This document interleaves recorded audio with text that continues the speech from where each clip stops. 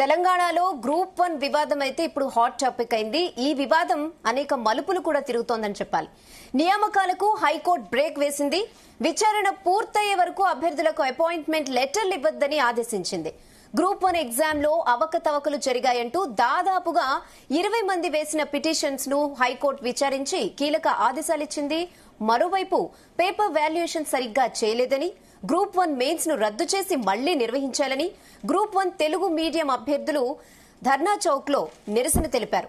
ఇక ప్రతిపక్షాలు ఆరోపిస్తున్నట్లు పరీక్ష రాయని 10 మందికి ఫలితాలు ప్రకటించారా, గ్రూప్ 1 ను రద్దు చేసి రీ ఎగ్జామ్ పెట్టాలన్న ఎమ్మెల్సీ కవిత డిమాండ్ కరెక్టేనా, ఎమ్మెల్యే కౌశిక్ రెడ్డి ఆరోపించినట్లు గ్రూప్ 1 నియామకాల్లో కోట్ల రూపాయల స్కామ్ జరిగిందా, ఇవాల్టి డిఎన్ఏలో డిస్కస్ చేద్దాం. Yes Bharat, good evening. So ఈ టాపిక్ అయితే తెలంగాణలో నిజంగా ఎంతో కష్టపడి ఆఫ్టర్ 13 years జరిగిన ఎగ్జామ్ ఒక్కసారి రాయడమే చాలా కష్టం. మళ్ళీ దీని మీద ఇంత వివాదం జరుగుతుంది. వాళ్ళు చాలా ఆవేదనకు గురవుతున్నారు గ్రూప్ 1 స్టూడెంట్స్. సో ఏంటి మీ అనాలిసిస్ దీనిపై? గ్రూప్ 1 ఏందో మరి వాస్తు బాగాలేదు వెళ్ళలేదు. ఎగ్జామ్ జరగడమే 2011 తర్వాత జరిగింది. తెలంగాణ రాష్ట్రం వచ్చి 10 సంవత్సరాల తర్వాత 10 సంవత్సరాల వరకు కూడా గ్రూప్ 1 పెట్టుకోలేకపోవడం రకరకాల కారణాలు. పాత నోటిఫికేషన్ కూడా 2011 కూడా అదే విధంగా రద్దు అయిపోయి కేసులు ఇవన్నీ జరగడం. గ్రూప్ 1 అంటే తెలంగాణ సివిల్ సర్వీసెస్, ఇంకా తెలంగాణలో అత్యున్నత అధికారులు. ఇది గ్రూప్ 1 లో సెలెక్ట్ అయిన వాళ్ళు కన్ఫర్డ్ ఐఏఎస్లు కన్ఫర్డ్ ఐపీఎస్లు కూడా కావచ్చు. ఎందుకంటే ఇప్పుడు ఎగ్జాంపుల్ డిప్యూటీ కలెక్టర్ రేంజ్, తర్వాత పోలీస్ పరంగా చూస్తే డిఎస్పీగా ఫస్ట్ పోస్టింగ్ ఉంటుంది. ఆ తర్వాత so non conferred IAS conferred IPS కూడా సివిల్ సర్వీసెస్ రేంజ్ కూడా వెళ్లే అవకాశం ఉంటుంది. సో చాలా మంది ప్రిపేర్ అవుతుంటారు. సివిల్స్ మిస్ అయిన వాళ్ళు అట్లీస్ట్ గ్రూప్ 1 లో అయినా అని చెప్పి. సో ఒకసారేమో లీక్ అయింది, ఇంకోసారేమో ఎగ్జామ్ మొత్తం పెట్టిన తర్వాత హైకోర్టు సరిగ్గా అసలు ఫోటో హాల్ టికెట్ లో ఫోటోలు లేవని చెప్పి రద్దు చేసింది. థర్డ్ టైం ఎగ్జామ్ పెట్టిన తర్వాత ఆ నిబంధనలు, ఆ తర్వాత ఇప్పుడు మెయిన్స్ వాల్యుయేషన్. సో అందుకని నేను వాస్తు బాగాలేదా, అసలు గ్రూప్ 1 టీజీపీఎస్సీ వాస్తు బాగాలేదా లేకపోతే గ్రూప్ 1 వాస్తు బాగాలేదా, కానీ వరుస వివాదాలు అయితే చుట్టుముడుతున్నాయి. ఇప్పుడు నిన్న హైకోర్టు వాళ్ళకి సర్టిఫికేట్ వెరిఫికేషన్ మాత్రం చేసుకోవచ్చు, బట్ నియామక పత్రాలు మాత్రం ఇవ్వద్దని చెప్పింది. సో మరొకసారి చర్చలు నిలుస్తుంది. తీసుకుందాం. అంటే మనం టీజీపీఎస్సీ నుంచి ఎవరైనా మాట్లాడినా వాళ్ళ ఒపీనియన్ తెలుసుకుందాం. ప్లస్ ఎవరైతే ఆందోళన చేస్తున్నారో వాళ్ళకు కూడా, ఎందుకంటే అందరినీ దీనిలో క్లియర్ గా అన్ని ట్రాన్స్పరెంట్ గా వెల్లడిస్తే ఇబ్బంది ఉండదు. ఇప్పుడు ప్రతి సంవత్సరం యూపీఎస్సీ సివిల్స్ ఎగ్జామ్ జరుగుతుంది. ఎప్పుడన్నా సివిల్స్ లో ఎప్పుడన్నా ఆరోపణలు వచ్చాయా? రావట్లేదు. కానీ మన దగ్గర ఎగ్జామ్స్ గురించి ఎందుకు వస్తున్నాయి ఈ ఆరోపణలు? ప్రతిపక్షంలో ఉన్న వాళ్ళు అధికార పక్షంకి వచ్చారు, అధికార పక్షంలో ఉన్న వాళ్ళు ప్రతిపక్షంకి వచ్చారు, కానీ ఆరోపణలు మాత్రం కంటిన్యూ అవుతున్నాయి. సో అందుకని చర్చిద్దాం. మనతో పాటు తెలంగాణ విఠల్ గారు ఉద్యమకారుడు, ప్లస్ జనార్దన్ గారు గ్రూప్ 1 ఆస్పిరెంట్, అదేవిధంగా జూమ్ లో మనతో పాటు అశోక్ గారు, అశోక్ సార్గా పిలుస్తారు, అదేవిధంగా మానవతారాయ్ కాంగ్రెస్ పార్టీ నుంచి మానవతారాయ్ కూడా ఉన్నారు. ప్రసన్న హరికృష్ణ గారు మన గ్రాడ్యుయేట్ ఎమ్మెల్సీలో చాలా గట్టి ఫైట్ ఇచ్చిన వ్యక్తి, ఆయన కూడా ప్రస్తుతం మనతో పాటు చర్చలు జాయిన్ అవుతారు. ముందుగా తెలంగాణ విఠల్ గారు. ఎస్, నేను అన్నట్టు గ్రూప్ 1 ఆ పేరు బాగాలేదు, టీజీపీఎస్సీ పేరు బాగాలేదు, కానీ ఏది ఇచ్చినా ఎవరిని సాటిస్ఫై చేయలేకపోతున్నారు. ప్రతిపక్షం అధికార పక్షమైంది, అధికార పక్షం ప్రతిపక్షమైంది, కానీ అభ్యర్థులు మాత్రం సాటిస్ఫైడ్ గా లేరు. ఇది ట్రాన్స్పరెంట్ గా జరిగిందని చెప్పి ఎందుకు ఇటువంటి పరిస్థితి వస్తుందంటారు? ముందుగా భరత్ గారు, జీటీవీకి ప్రత్యేకంగా డిఎన్ఏ అనే పేరుతో గ్రూప్ 1 మీద మీరు గతంలో చేసిన చర్చ తర్వాత మెయిన్ స్ట్రీమ్ మీడియా గానీ సమాజం మొత్తం కూడా దాదాపు నాకు తెలిసి తెలుగు జర్నలిజం మెయిన్ స్ట్రీమ్ మీడియాలో 2.5 గంటలు సుదీర్ఘ చర్చ పెట్టారు. జీటీవీకి మీకు ప్రత్యేక కృతజ్ఞతలు చెప్తూ నా తోటి మిత్రులు మన మానవతారాయ్ గారు, అశోక్ గారు, జనార్దన్ గారు, మేడం యాంకర్ నేహా గారు అందరికీ చెప్తూ డిఎన్ఏ అని పెట్టినందుకు అంటే రూట్స్ లోకి వెళ్ళాలి. రూట్స్ లోకి వెళ్ళినప్పుడు ఏంటంటే సమాజంలో తెలంగాణ ఉద్యమం అంటేనే మా ఉద్యోగాలు మాకు కావాలని, రెండు పక్కనున్న ఆంధ్రప్రదేశ్ రాష్ట్రము అప్పులతో మైనస్ లో ఉన్న రాష్ట్రంలో 4-5 గ్రూప్ 1లు వచ్చినాయి. కానీ మనకి 2011 నుంచి ఇప్పటి వరకు 33 జిల్లాలు. తెలంగాణ ఏర్పడ్డదే డీసెంట్రలైజేషన్ కోసం. 33 జిల్లాలంటే అటెండర్ నుంచి కలెక్టరేట్ వరకు, ఎంఆర్ఓ ఆఫీస్ నుంచి పోలీస్ స్టేషన్ వరకు అన్ని చోట్ల గ్రూప్ 1 ఆఫీసర్లు అవసరం ఉంటుంది. 11 గ్రూప్ 1 నోటిఫికేషన్లు రావాలి. వాస్తవానికి కేరళ రాష్ట్రంలో ఎట్లుంటదంటే ఏ సంవత్సరం జాబ్స్ ఆ సంవత్సరం నింపుతారు. అది 100 ఉద్యోగాలు కావచ్చు, 1000 ఉద్యోగాలు కావచ్చు. యూపీఎస్సీ కూడా ప్రతి సంవత్సరం క్యాలెండర్ ఇయర్ నిలుపుతుంది. తెలంగాణ 52లో మా ఉద్యోగాలు మాకు కావాలని మొదలైన తెలంగాణ ఉద్యమం ఇలా 2025లో కూడా ఇన్ని వందల వేల మంది చనిపోయిన త్యాగాలతోటి ఒక గ్రూప్ 1 పరీక్షని సమర్థంగా నిర్వహించుకోకపోవడం అంటే చాలా బాధాకరం, దురదృష్టకరం. ఎందుకంటే తెలంగాణ వీటలనే పేరు పెట్టుకొని మా నాన్నతరం, మా తరం, మా అల్లుడు తరం 3 తరాలు మేము కొట్లాడింది తెలంగాణలో ఉద్యోగాలు కావాలని, ఎమ్మెల్యేలు కావాలి, మంత్రులు కావాలి, ముఖ్యమంత్రులు కావాలి. కానీ 11 సంవత్సరాలు రావాల్సిన నోటిఫికేషన్ రావకపోవడం దురదృష్టకరము. అదే ఎలక్షన్స్ 5 సంవత్సరాలు ఒక్క 6 నెలలు ఆగితే తట్టుకోలేరు ఎమ్మెల్యేలు, ఎంపీలు. లోకల్ బాడీ ఎలక్షన్లు అయితే అయిపోలేరు. మరి గ్రూప్ 1 ఉద్యోగాలు లేకుండా తెలంగాణలో పరిపాలన ఎట్లా కొనసాగుతుంది? పబ్లిక్ అడ్మినిస్ట్రేషన్ లో స్మాల్ ఈజ్ బ్యూటిఫుల్ అంటారు.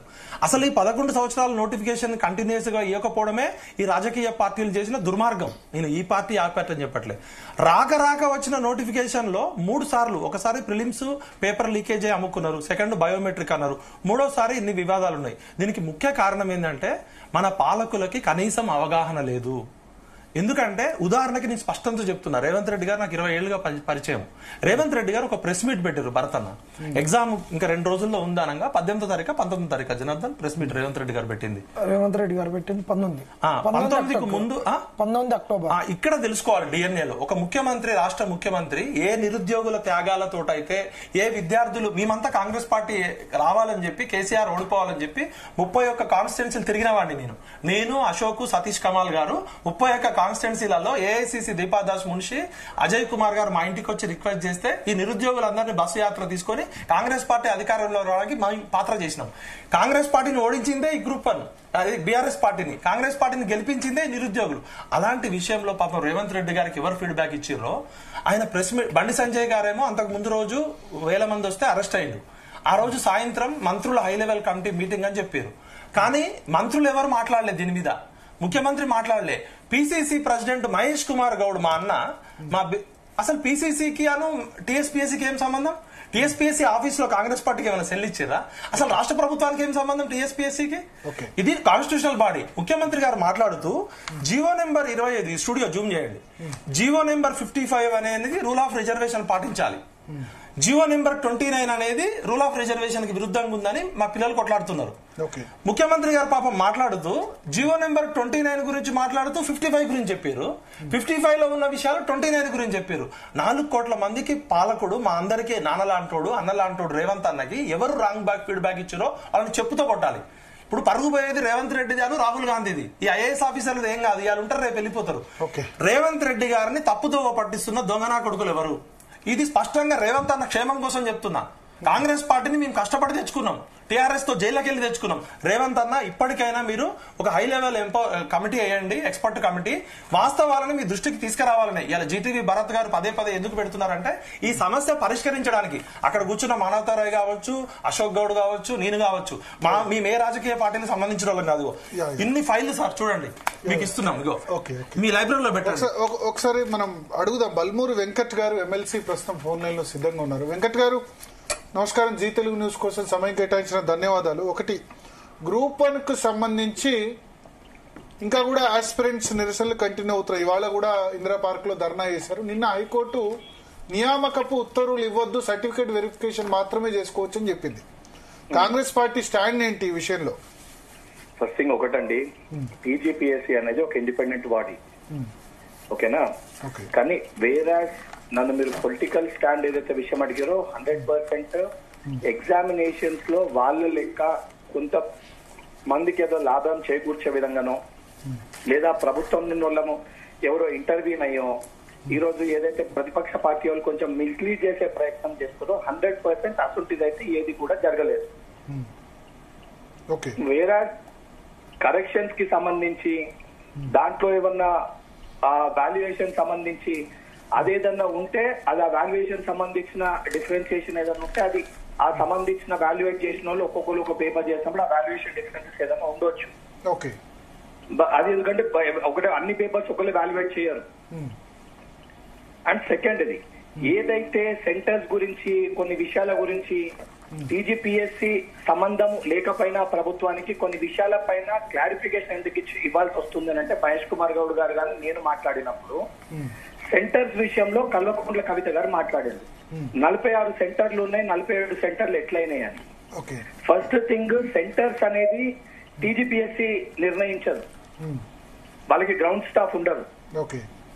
సెంటర్స్ అనేది డిస్ట్రిక్ట్ కలెక్టర్ ఉన్నదానికి ఎన్ని సెంటర్స్ అనేది మొత్తం వెరిఫై చేసి మన దగ్గర ఉన్న స్టాఫ్ ఏదో గవర్నమెంట్ లో ఉన్న డిస్ట్రిక్ట్ కలెక్టర్ అనేది వాళ్ళు చేసి ఇస్తారు. ఆడున్న సదుపాయాలు సరిపోతాయా సరిపోవా, సరిపోకపోతే అడిషనల్ గా సెంటర్స్ పెంచుతారు. దాన్ని బేస్ చేసుకొని ఎట్లా పెరిగినాయని చెప్పి చూపించడం ఒకటి. సెకండ్ది, నెంబర్ స్ట్రెంత్ ఏదైతే ఉందో ముందున్న దానికి 10 ఎట్లా పెరిగినాయి అని చెప్పని ఏదో ప్రస్తావిస్తూ 10 మంది పెరిగారు క్యాండిడేట్స్ అంటారు. చాలా క్లియర్ గా ఇది అఫీషియల్ డొమైన్ లో ఉన్నది. నేను కూడా అఫీషియల్ డొమైన్ లో చూసే మాట్లాడుతున్నాను, ఎందుకంటే గతంలో ఇష్యూస్ పైన నేను కూడా ఫైట్ చేస్తాను కాబట్టి నాకు కొంచెం అవగాహన ఉంది దీనిపైన. క్లియర్ గా ఆన్ కాల్ లో ఉన్నది ఉంది, కొన్ని వేరియేషన్స్ ఉండొచ్చు అని చెప్పి రిలీజ్ చేసిన వెబ్ నోట్ లో చాలా క్లియర్ గా ఉంది. ఓకేనా, దట్ ఈస్ వెరీ క్లియర్ గా మెన్షన్ చేసి ఉంది. సో ఈ వాల్యుయేషన్ సంబంధించి అదేవిధంగా స్టూడెంట్స్ కి తెలుగు ఇంగ్లీష్ ఓకే, అది the Tenzing is that is in front of the court. Court decision ని తప్పనిసరిగా శిరస వహించి రాష్ట్ర ప్రభుత్వము దాన్ని ఆ రకంగా చేయాల్సి వస్తుంది, టీపీఎస్సీ కూడా చేయాల్సింది. కానీ ఎవరైతే గతంలో పేపర్లు అమ్ముకొని పేపర్లని ఉద్దేశపూర్వకంగా కొంతమందికి ఉద్యోగాలు ఇచ్చే ప్రయత్నం చేసిన వాళ్ళు స్టూడెంట్స్ ని డైవర్ట్ చేసి మిస్లీడ్ చేసే ప్రయత్నం చేస్తున్నారు. సో దానిపైన బాధ్యతతోటి వాస్తవాలు స్టూడెంట్స్ కి చెప్పాలన్న ఉద్దేశంతో ఈ రోజు పెట్టి పెట్టడం జరిగింది. సార్ ఒకటి ఇక్కడ క్వశ్చన్ అడగొచ్చు. ఒకటి ఫస్ట్ మాట్లాడదు. ఒకటి ఏంటంటే వాల్యుయేషన్ సంబంధించి ఇప్పుడు ప్రధాన ఆరోపణ ఏంటంటే తెలుగు మీడియం విద్యార్థులు ఎందుకంత తక్కువ మందికి తక్కువ మార్కులు వచ్చాయి, ఇంగ్లీష్ మీడియం వాళ్ళకి ఎక్కువ మంది సెలెక్ట్ అయ్యారు. రెండోది ఉర్దూ మీడియంలో 9 మంది రాస్తే 7 సెలెక్ట్ అయ్యారు. విషయం అడుగుతాను సార్, మీకు డోంట్ టేక్ మీ రాంగ్, నేను జనరల్ మీకు ఒక క్వశ్చన్ అడుగుతాను. ఇది నాది కాదు, అభ్యర్థులకు సంబంధించి మీ ద్వారానే జస్ట్ ఒక్కసారి మీరు ఇంత అనాలిసిస్ చేస్తున్నందుకు చాలా సంతోషం. మీరు వాస్తవాలు ఏంటో తెలంగాణ సమాజానికి ప్రజలకి చూపించే ప్రయత్నం చేస్తున్నందుకు. కానీ ఏదైతే ఏపీపీఎస్సీ కానీ ఇతర చోట కూడా రిజల్ట్స్ వీళ్ళకి ఎందుకు వచ్చినాయి వాళ్ళకి ఎందుకు తక్కువ వచ్చాయంటే సార్ యూపీఎస్సీ ఎగ్జామ్ కండక్ట్ చేస్తాం సార్. మేజర్ పోర్షన్ మనకి ఢిల్లీలో ఎక్కువ మందికి జాబ్స్ వస్తాయి యూపీఎస్సీలో. So that you say that వాళ్ళకి ఎట్లా వస్తాయి మన రాష్ట్రానికి ఎక్కువ ఎట్లా రావని చెప్పి చెప్తామా మనం. హైదరాబాద్ లో ఐటీ ఎగ్జామ్ పెడితే ఐఐటీ ఎగ్జామ్ పెడితే హైదరాబాద్ వాళ్ళకి ఎక్కువ మంది మనకి పాస్ అవుతారు. సో హైదరాబాద్ లో ఎట్లా ఎక్కువ వస్తారు ఇతర రాష్ట్రాలకు ఎందుకు వస్తారని మాట్లాడతామన్నా sir. Sir if there is any proper evidence 100% ఇంతకుముందు చెప్పినట్టు గౌరవ ముఖ్యమంత్రి ఇక్కడ ఏంటంటే మీడియం వెంకట్ గారు ఇక్కడ ఏంటంటే తెలుగు మీడియం వాళ్ళకి తక్కువ మార్క్స్ వేయడం, ఇంగ్లీష్ మీడియం వాళ్ళకి ఎక్కువ వేయడం సంబంధించి ఇప్పుడు మీరు అనేది రూరల్ అది బ్యాక్గ్రౌండ్ కాదు. అట్లా చెప్తే సెంటర్స్ కూడా క్వశ్చన్ చేస్తున్నారు. సెంటర్ ఇప్పుడు కామెంట్ పెట్టారు, సెంటర్ 18-19 లో ఆ 2 సెంటర్స్ నుంచే 30 మందికి పైగా టాప్ ర్యాంకర్స్ ఉన్నారు అని చెప్పి కామెంట్ పెడుతున్నారు మన లైవ్ నడుస్తుంటే. సార్ 32 సెంటర్లోనే ఎక్కువ మంది పాస్ అయినరు, లేకపోతే దానికి సంబంధించి ఈ వ్యక్తికి సంబంధించిన వాళ్ళ కోడలకి ఎట్లా జాబ్ వస్తుంది, రాముల్ నాయక్ కోడలకి జాబ్ వచ్చిందంటారు సార్. ఒక విషయం, ఈ వ్యక్తికి సంబంధించి ఎట్లా జాబ్ వస్తుంది, లేదా దీనికి సంబంధించి కొంతమంది స్టూడెంట్స్ ఈ సెంటర్ లోనే. Sir if anything is there, నేను కూడా గతంలో ఫైట్ చేసినాను. With proper evidence you need to show sir. This is allegation. ఈ సెంటర్ లో ఎట్లా పాస్ అవుతారు, ఈ సెంటర్ లో ఎక్కువ ఎట్లా వస్తారు, ఈ సెంటర్ లో ఎందుకు ఎక్కువ మార్క్స్ వస్తాయి, that is not the right way sir. ఎందుకంటే నేను కోర్టు హియరింగ్ కూడా చూస్తాను, ఒక వ్యక్తిది ఒక ఫేక్ మెమో వీళ్ళు కోర్టులో పెట్టారు. జడ్జి గారు కూడా ఆ క్యాండిడేట్ ని ఇంప్లీట్ చేయాలని చెప్పి చెప్పారు. I don't want to take the name because ఎందుకంటే వారికి తెలిసి పెట్టిరో తెలియక పెట్టిరో ఐ డోంట్ నో. సో ఇటువంటివి చేయొద్దు sir. If anything is there with proper evidence you come out. 100% government బాధ్యతతోటి ముఖ్యమంత్రి గారి దగ్గరికి మాసడి వ్యక్తులు కూడా తీసుకెళ్లి వివరిస్తాం. దాన్ని మిస్లీడ్ చేసి ఇంకోటి, ప్రతి ఫస్ట్ డేకి వెళ్ళి కూడా గ్రూప్ 1 కండక్ట్ చేసిన డే 1 కెళ్ళి కూడా కొంతమంది వ్యక్తులు ప్రతిపక్ష పార్టీలు ఉన్నోళ్ళు ఇష్యూస్ ని రిజాల్వ్ చేయడం కంటే ఎక్కువ కూడా గ్రూప్ 1 ని ఆపే ప్రయత్నం చేస్తారు, విచ్ ఇస్ నాట్ కరెక్ట్. గతంలో ఎన్ని కేసులు పడ్డా హైకోర్టులో, డివిజనల్ బెంచ్ లో, సుప్రీంకోర్టులో అవన్నీ కొట్టేశారు. ఈవెన్ క్వశ్చన్స్ అడగొచ్చు వీరిని. సార్ అన్న బల్మూరి వెంకట అన్న, నమస్తే అన్న. ఎవరమ్మా? అన్న నేను జనార్దన్ మాట్లాడుతున్నా. వెంకట్ గారు, జనార్దన్ గ్రూప్ వన్ అభ్యర్థి మిమ్మల్ని ఏదో అన్న Yes, sir. మీరు ఇప్పుడు చెప్పండి వెంకట్ గారు. If anything is there, you talk to me. I'll give you an explanation. Okay. Okay. Yeah, But yeah. who are intentionally trying to mislead students. అన్న నేను ఇంటెన్షనల్ దాని గురించి మాట్లాడినా, చాలా క్లియర్ గా టెక్నికల్ గా ఎవిడెన్స్ ఉన్నదే మాట్లాడుతున్నా. ఈ student only Janardhan. Sir, I know what is very clear. Okay. Bharat garu. Yeah. Very clearly. Okay. I know what is very clearly. Okay. That is why I'm explaining you. Okay. So ఒకటి I know very నేను clearly what అనేది is. ఏంటంటే వెంకట్ గారు, ఇప్పుడు ultimate గా ఏంటంటే 563 మందికి ఉద్యోగాలు వస్తాయి. 1,00,000 మంది రాసినా, ఎంతమంది రాసినా గ్రూప్ 1 లో వచ్చి సెలెక్ట్ అయ్యేది 563. కాకపోతే గతంలో మీరు కూడా ఫైట్ చేసిన సందర్భం ఉంది. లీకేజ్ అయినప్పుడు గ్రూప్ 1 గురించి, దాని గురించి మీరు జైలు కూడా పాలైనారు. రాహుల్ గాంధీ కూడా వచ్చి మీకు ఏమంటున్నారు భరత్ సార్? భరత్ గారు, చెప్పండి. లీకేజ్ కి టెక్నికాలిటీకి యువర్ అండర్స్టాండింగ్ ద డిఫరెన్షియేషన్ కదా? yes.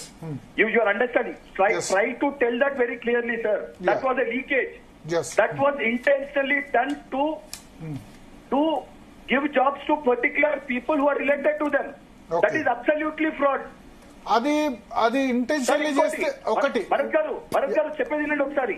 అది లీకేజ్ అయిందని చెప్పి పోలీస్ స్టేషన్ లో ఎఫ్ఐఆర్ రిజిస్టర్ అయినాక కూడా టీఎస్పీఎస్ అప్పుడు టీఎస్పీఎస్ ఫైండ్ అవుట్ చేసింది కదా లీకేజ్ అని చెప్పి బయట వాళ్ళకంటే. భరత్ గారు, let me conclude.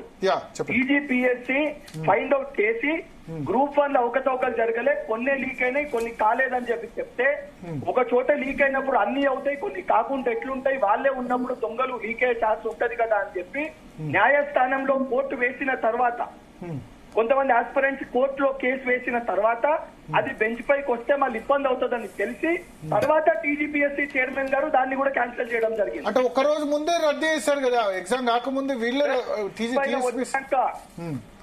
And second time రద్దు అయినప్పుడు ఎగ్జామినేషన్ రాసిన మరుసటి రోజే బయోమెట్రిక్ పెట్టలేదు. అలిగేషన్స్ వచ్చిన వాళ్ళు మళ్ళీ కోర్టుకి వెళ్ళి డైరెక్షన్ తెచ్చుకుర్రు, వాళ్ళు ఎగ్జామినేషన్ రాస్తుండ్రు, ఇంపర్సనేషన్ అయ్యే ఛాన్స్ ఉంది. బయోమెట్రిక్ పెట్టమని చెప్పి ఆఖరి నిమిషంలో. బల్మూరి వెంకటన్న నమస్తే అన్న. బయోమెట్రిక్ పెట్టలేదు కాబట్టి ఎగ్జామ్ క్యాన్సిల్ చేయించారు, ధన్యవాదాలు. అది దానికి మేము ఎప్పుడు మీకు కృతజ్ఞతలుగానే ఉంటాం. కానీ బయోమెట్రిక్ పెట్టినాక కూడా అటెండెన్స్ ను వీళ్ళు ఇవ్వడంలో ఇంత వేరియేషన్ ఎందుకు వస్తుంది? ఆ మాత్రం దానికి బయోమెట్రిక్ పెట్టడం ఎందుకు మరి?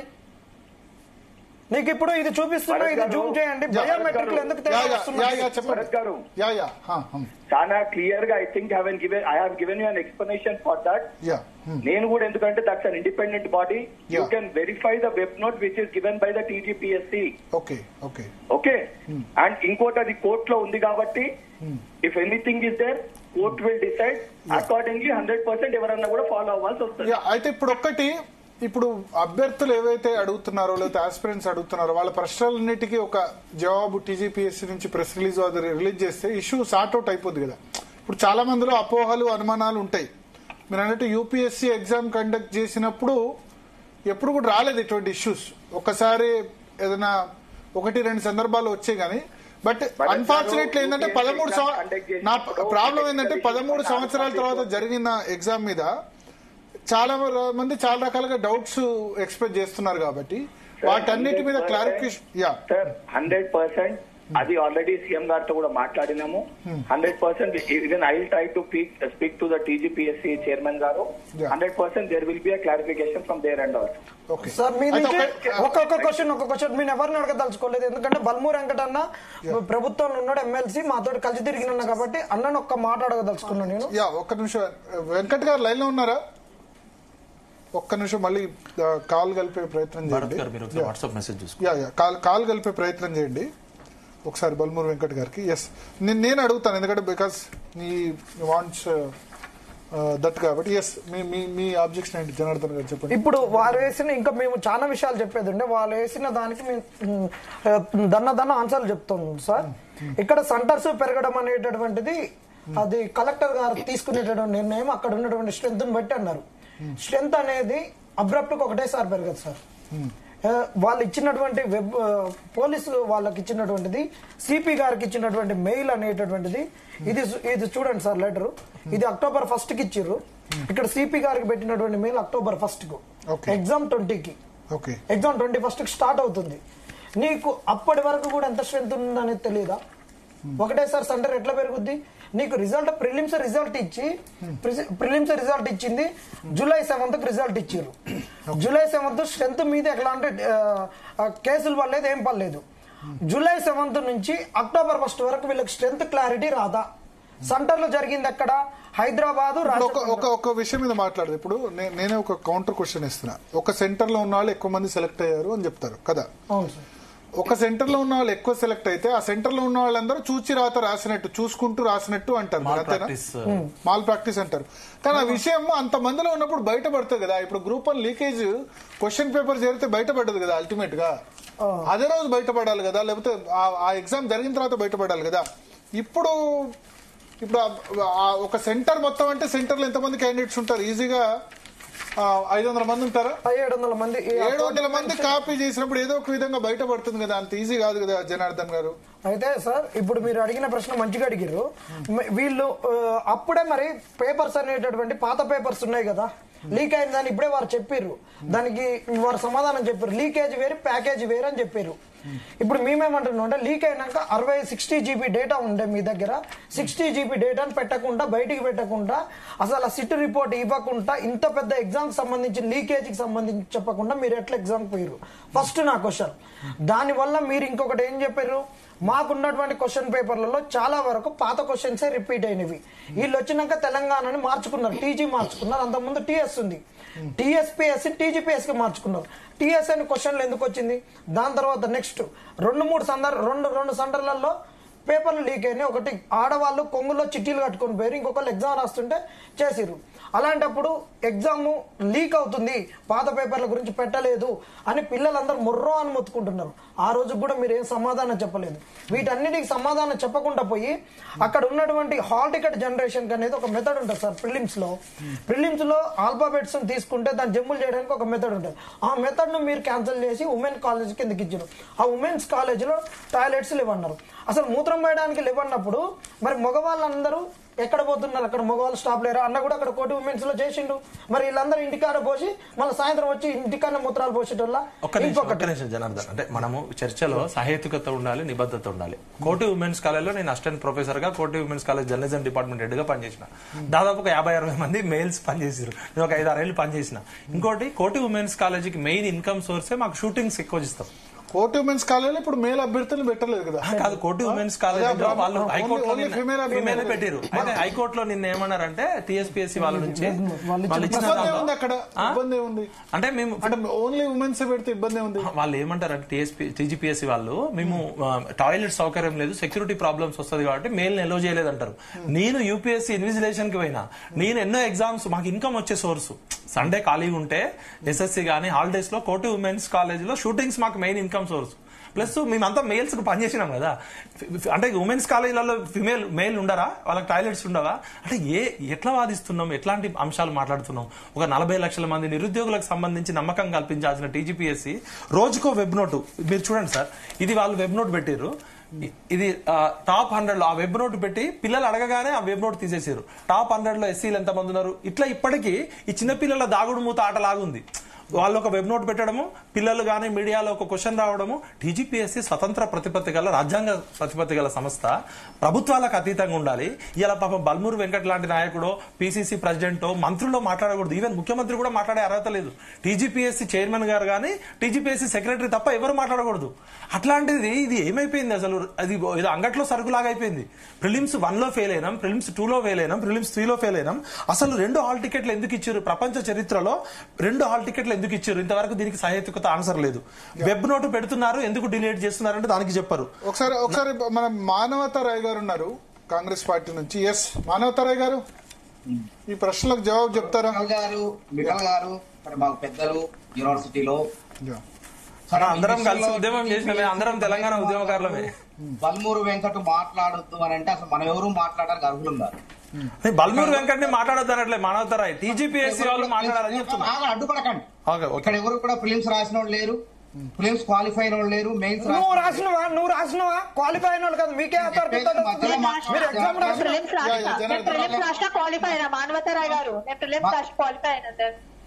నువ్వు అదే అమ్మా, నువ్వు మెయిన్స్ రాయలే కదా, రాసినవా? నువ్వు 29 ఎందుకు తెచ్చు? రాయలే కదా. చెప్పండి సార్. నీకెందుకు నేను చెప్పలేని సమాధానం చెప్పలేండి.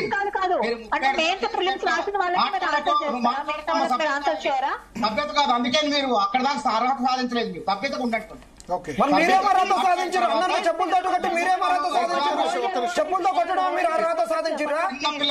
చిల్లర అడిగారు నన్ను చెప్పండి. మీరు మాట్లాడితే నన్ను వదిలిపెట్టండి. భరత్ గారు ప్రత్యూష గారు మీకు అవకాశం ఇస్తారు. ప్రత్యూష గారు ఉన్నారు, అశోక్ సార్, అందరికి అవకాశం ఇద్దాం. ఇప్పుడు ఎవరు అడిగారు సమాధానం? మీరు మానవతరాయ్ గారు చెప్పండి. చెప్పనియాలి కదా, చెప్పండి. మధ్యలో జోక్యం చేసుకోవడం ఎంతవరకు మంచిదో చెప్పండి. చెప్పండి మీరు చెప్పండి. వాస్తవంగా విఠల్ గారు చెప్పినట్టు పిసిసి ప్రెసిడెంట్ గారు ఎందుకు మాట్లాడారు, తర్వాత ఆయన ఎందుకు మాట్లాడినా మనం ఎవరు కూడా అర్హులం కాదు. గ్రూప్ 1 సెలెక్ట్ అయినటువంటి సర్టిఫికేట్ వెరిఫికేషన్ వచ్చిన అభ్యర్థి, విఫలమైన అభ్యర్థులు మెయిన్స్ రాసి తెలుగు మీడియం వాళ్ళు ఎవరో పాపం వాళ్ళు ఎవరైనా వచ్చి కూర్చోబెట్టాలి. ఇక్కడ ఎవరు లేము. మనం మొత్తం మనం అసలు రాయన వాళ్ళము ఉత్తగా వాళ్ళ తరఫున ఒకవేళ పుచ్చుకొని మాట్లాడుతున్నాం. కాబట్టి నేను ఏమంటున్నాను, వీళ్ళు చేసే ఆరోపణలు విఠల్ గారు ఇందాకే ఉన్నారు. 2 హాల్ టికెట్లు ఎందుకు వచ్చారు, 2 హాల్ టికెట్లు ఎందుకు ఇచ్చారు? టీజీపీఎస్సీ వెబ్సైట్ లో స్పష్టంగా చెప్పి ఎందుకు ఇచ్చారు. 31 జిల్లాల్లో ఎగ్జామ్ రాసిన డిస్ట్రిక్ట్ కోడ్లు ఉన్నాయి. తర్వాత అక్కడ 4.5 లక్షల మంది దరఖాస్తు చేసుకుంటే 3.5 లక్షల మంది 3 లక్షల మంది ఆ ఫిలిమ్స్ రాశారు. అందులో వడపోస్తే ఎంతమంది వచ్చారు? 21,93 మంది వచ్చారు. 18 మంది స్పోర్ట్స్ కోటా వాళ్ళు రాయంగా హైకోర్టు ఉత్తర్వుల ద్వారా. ఢిల్లీలో ప్రిలిమ్స్ యూపీఎస్సీ ఢిల్లీలో ప్రిలిమ్స్ రాస్తారు, హైదరాబాద్ లో రాస్తారు. యూపీఎస్సీకి స్టేట్స్ మారుతారు. అక్కడ రాని సమస్య ఇక్కడ డిస్ట్రిక్ట్ కోర్టు సమస్య వస్తుందా? నువ్వే టీజీపీఎస్సీ, మీరే మార్పు. మేము టీజీపీఎస్సీ కాదు, యూపీఎస్సీ తర అన్నది ఇది. యూపీఎస్సీ ఎక్స్పర్ట్స్ ఉన్నారన్నది మీరు, ట్రాన్స్పరెన్సీ అన్నది మీరు. వెబ్ నోట్ ట్రాన్స్పరెన్సీకి కొరకు వెబ్ నోట్ పెడతారు, తీసేస్తారు. రాజకీయాలు చేయకుండా ఎవరు రాజకీయం చేస్తున్నారు? నా మెడలాము నా కండం ఉందా? రాజకీయ కండం ఉందా? బీజేపీ కండం ఉందా? కాంగ్రెస్ కండం ఉందా? ఏ కండం ఉన్నది? సౌలభ్యం కోసం వీళ్ళందరినీ హైదరాబాద్ కేంద్రంగా, రంగారెడ్డి కేంద్రంగా, మేడ్చల్ కేంద్రంగా పలు కేంద్రాల్లో పరీక్షలు రాయిస్తున్నప్పుడు హాల్ టికెట్ అదే హాల్ టికెట్ లో ఉంటే చాలా ప్రమాదకరంగా ఇబ్బందికరంగా ఉంటది. కాబట్టి హాల్ టికెట్ లో మార్చి ఏ అభ్యర్థి అయితే ఉన్నారో వాళ్ళతోనే రాయిస్తున్నారు. జిల్లాకు ఒక సెంటర్ పెట్టొచ్చు కదా, జిల్లాకు ఒక సెంటర్ పెట్టొచ్చు కదా. 46 సెంటర్లలో జిల్లాకు ఒక సెంటర్ పెట్టొచ్చు. మీరు ఓపెన్ చేయించారు. ఏమైనా అనుమానాలు ఉంటే అక్కడే మాట్లాడాలి కదా. ఆ రోజు ఎగ్జామ్ అయిపోవాలా? ఎగ్జామ్ జరిగేటప్పుడు మేము మాట్లాడుతున్నాం, మీరు ఏం మాట్లాడారు? ఈ మాస్ కాపింగ్ గురించి ఆ రోజు మాట్లాడుతూ మీరు ఏం మాట్లాడారు? మోకాలికి ముడి పెట్టే ప్రశ్నలు. మోకాలకు పుండు కాదు. అసలు నువ్వు 60 GB డేటా తీయకుండా ఎందుకు ఎగ్జామ్ పెట్టినావు? నువ్వు ఆ రోజు మరి నువ్వు రాజకీయం చేయించారా? పేపర్ లీకేజ్ గురించి మీరు ఏం సమాధానం చెప్పారు? సిట్ ఇన్వెస్టిగేషన్ ఏమైంది? సిట్ ఇన్వెస్టిగేషన్ ఏమైంది? మహేందర్ రెడ్డికి పింక్ బట్టలు పంపించిన వాళ్ళు, అన్ని పంపించిన వాళ్ళు, మీరు మహేందర్ రెడ్డిని ఎందుకు టీజీపీఎస్ చైర్మన్ గా పెట్టారు? అధికారులు తయారు చేయాలని చెప్పి అక్కడ 800 మంది 900 మంది 2 సెంటర్లో 1800 మంది మొత్తం రాశారు. 1800 మందిలో లేకుంటే 1600 మందిలోనో సరే ఒక సంఖ్య అటో ఇటో 74 మంది ఎంపికారండి. ఆయన ఇంకో 74 మంది ఎంపిక అయితే ప్రాబ్లం లేదు. వాళ్ళ టాప్ లో ఏ విధంగా ఉన్నారు? అంత అబ్నార్మల్ గా ఏ విధంగా ఉంది? ఈ దేశంలోనే పబ్లిక్ సర్వీస్ కమిషన్ తీసుకో, అమ్మాయిలు 40% ఎక్సీడ్ అయింది, 40% వచ్చింది. ఇప్పటి వరకు దేశ చరిత్ర లేదండి. మాధ్యమం వాళ్ళకి ఉద్యోగాలు వస్తున్నాయంటే రాష్ట్ర వాళ్ళకి ఇది ఎప్పుడైనా నిరుద్యోగం అనే వాళ్ళు దేని గురించి మాట్లాడాలంటే లీకులు అయితే మాట్లాడు, ప్రశ్నాపత్రాలు ఏమైనా అవకతవకలు జరిగితే మాట్లాడు. ప్రశ్నలలో మరి కథ ప్రశ్నలు ఎందుకు వచ్చినాయి? టీఎస్ ఎందుకు వచ్చింది చెప్పండి. తెలంగాణలో మీరు కోట్ల రూపాయలు ఖర్చు పెట్టి టీఎస్ టీజీగా మార్చారు. మీరు ప్రశ్న పత్రంలో టీఎస్ ఎందుకు వచ్చింది చెప్పండి. 100% తప్పులు జరిగినాయి. పక్క రాష్ట్రం ఎందుకు కోర్టు కొట్టేసింది? అయినా వాళ్ళు ఉద్యోగాల్లో ఉన్నారు. ఇప్పుడు ఒకసారి డిజిటల్ ఒక్క నిమిషం అండి మానవతరావు గారు, మేము కోర్టును అడుగుతున్నది ఇదే అండి. వాళ్ళకు ఉద్యోగాలు ఇచ్చి మాకు పంచాయతీ పెట్టకండి. చాట్లో తోడు పోసి కుక్కలకు పంచాయతీ పెట్టినట్టు మాకు పెట్టద్దు దయచేసి. ఆధారాలతో సహా నిరూపించిన తర్వాత కోర్టు కూడా కొట్టివేసినా సరే ఆ ప్రభుత్వం ఏం చేసింది? వాళ్ళకి ఉద్యోగాలు ఇచ్చింది. ఉద్యోగాలు ఇస్తే మళ్ళీ ఇప్పుడు ప్రమోషన్లు కూడా వచ్చినాయి వాళ్ళకి. కాబట్టి మేము ఆ విధంగా చేయలేదు. ఆ ప్రభుత్వాలు లెక్క వ్యవహరించలేదు. వాల్యుయేషన్ కఠినంగా చేశారంటే మనం చేయాలి దాన్ని చెప్పండి. అంటే సులభంగా అందరు పేపర్లు సులభంగా దిద్దారంటే మనం వేరే వాడు సులభతరంగా దిద్దారనంటే కత్తికి 2 వైపులా పదులు ఉంటుంది. మనం ఎక్కడ మాట్లాడాలంటే పరీక్ష నిర్వహణ తప్పులు జరిగినాయా? గతంలో బయోమెట్రిక్ వాడలేదు, బరాబర్ కొట్లాడినాం, జైలుకు పోయినాం, ఆ కేసులు పెట్టుకున్నాం. అది నిజం, నిజాయితీ ఉంది అందులో. మానవతరాయణ ఒకటే ప్రశ్న, ఎవాల్యుయేషన్ మీద మాట్లాడతాం ఎన్నొద్దు, ఎవాల్యుయేషన్ ఎగ్జామ్ పెట్టలేమండి. ఒక్క నిమిషం మనోహరరాయ్ గారు మీరు లైన్ లోనే ఉండండి, మళ్ళీ ఇస్తాను. Ashok garu, GO number 5 అమలవుతుంది. ఉత్తరప్రదేశ్ లో కూడా ఈ 29 లాంటి జీవోనే అమలవుతుంది. 19 రాష్ట్రాల్లో అమలవుతుంది. ఎందుకనంటే ఒకటి దీనిలో మర్మం తెలుసుకోండి. ఇక్కడ సుప్రీంకోర్టు ఏం చెప్పింది, వడపోతలో రిజర్వేషన్ వద్దు, భారత రాజ్యాంగంలో ఒక వ్యక్తి 2 రిజర్వేషన్లు ఉపయోగించుకోవద్దని చెప్పింది. చెబితే రేవంత్ రెడ్డి వచ్చిన తర్వాత ఉత్తర పరీక్ష పెట్టిన ఆయన యూనియన్ పబ్లిక్ సర్వీస్ కమిషన్ కి వెళ్లి అధ్యయనం చేసి మెంబర్ చైర్మన్ తో కూర్చొని ఇక్కడ అవినీతి పాల్పడిన మెంబర్లను తీసేసి ప్రక్షాళన చేసి పరీక్షలను జాగ్రత్తగా పెట్టింది. మరి మహేందర్ రెడ్డి మీ గవర్నమెంట్ రాగానే సుధపూస అయినప్పటి వరకు ఏం మాట్లాడారు మీరు? మహేందర్ రెడ్డి గారి గురించి నీ రేవంత్ రెడ్డి గారు ఏం మాట్లాడారు చెప్పండి. వీళ్ళ యుద్ధవద్దు, ఇది ఎగ్జామ్ ముందుకు పోదని చెప్పి 29 తీసుకొచ్చారు. తీసుకొచ్చి మళ్ళీ 29 కాదు 55 కొనసాగాలన్నారు. ఇక్కడ విషయం ఏంటంటే 55 ద్వారా ఎగ్జామ్ జరగదు, మళ్ళీ కోర్టు పోతారు, ఆగిపోతారు. కాబట్టి కోర్టు తీర్పును గౌరవిస్తూ సామాజిక వర్గాల వారిని అవకాశాలు ఎక్కువ ఇస్తూ ఈ పరీక్ష జరగాలని పిలుపు పెట్టడం. తద్వారా పిలిచి పెట్టిన తర్వాత ఏమైంది, 17,000 మంది బీసీలు రాశారు, 3,700 మంది ఎస్సీలు రాశారు, 2,700 మంది ఎస్టీలు రాశారు, ఓసీలు రాసింది మనోహరరాయ్ గారు. ఒక్క నిమిషం, 5,000 మంది ఇంకెక్కడ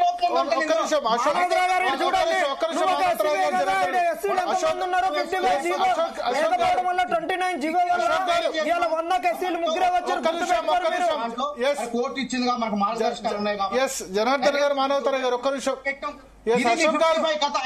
వీటన్నిటి కోర్టు కొట్టివేసి మెరిట్ మీద కొట్టివేసిందో చెప్పండి. మెరిట్ మీద కొట్టివేసిందా? మెరిట్ మీద కొట్టివేసిందో చెప్పండి. ఇంకోటి మీద కాదు. ఇంకోటి ఏంటంటే అశోక్ గారు, ఒక్క నిమిషం మనోహరరాయ్ గారు అవకాశం ఇస్తారు, మళ్ళీ మీకు మళ్ళీ అవకాశం ఇస్తారు. సబ్జెక్టెడ్ టు మైనర్ వేరియేషన్స్ అని ఉంటది. Subjected to final outcome of the judgement. Ashok garu వినబడుతుందా? మాట్లాడితే ఎంతవరకు వివేకమండి? ఒక్క నిమిషం మనోహరరాయ్ గారు. ఎస్ ఒక్క నిమిషం అశోక్ గారు. నిరుద్యోగులు, నిజమైన నిరుద్యోగులు కొంతమంది అశోక్ గారు వినబడుతుందా? రోడ్ల మీద తిరుక్కుంటూ కూసే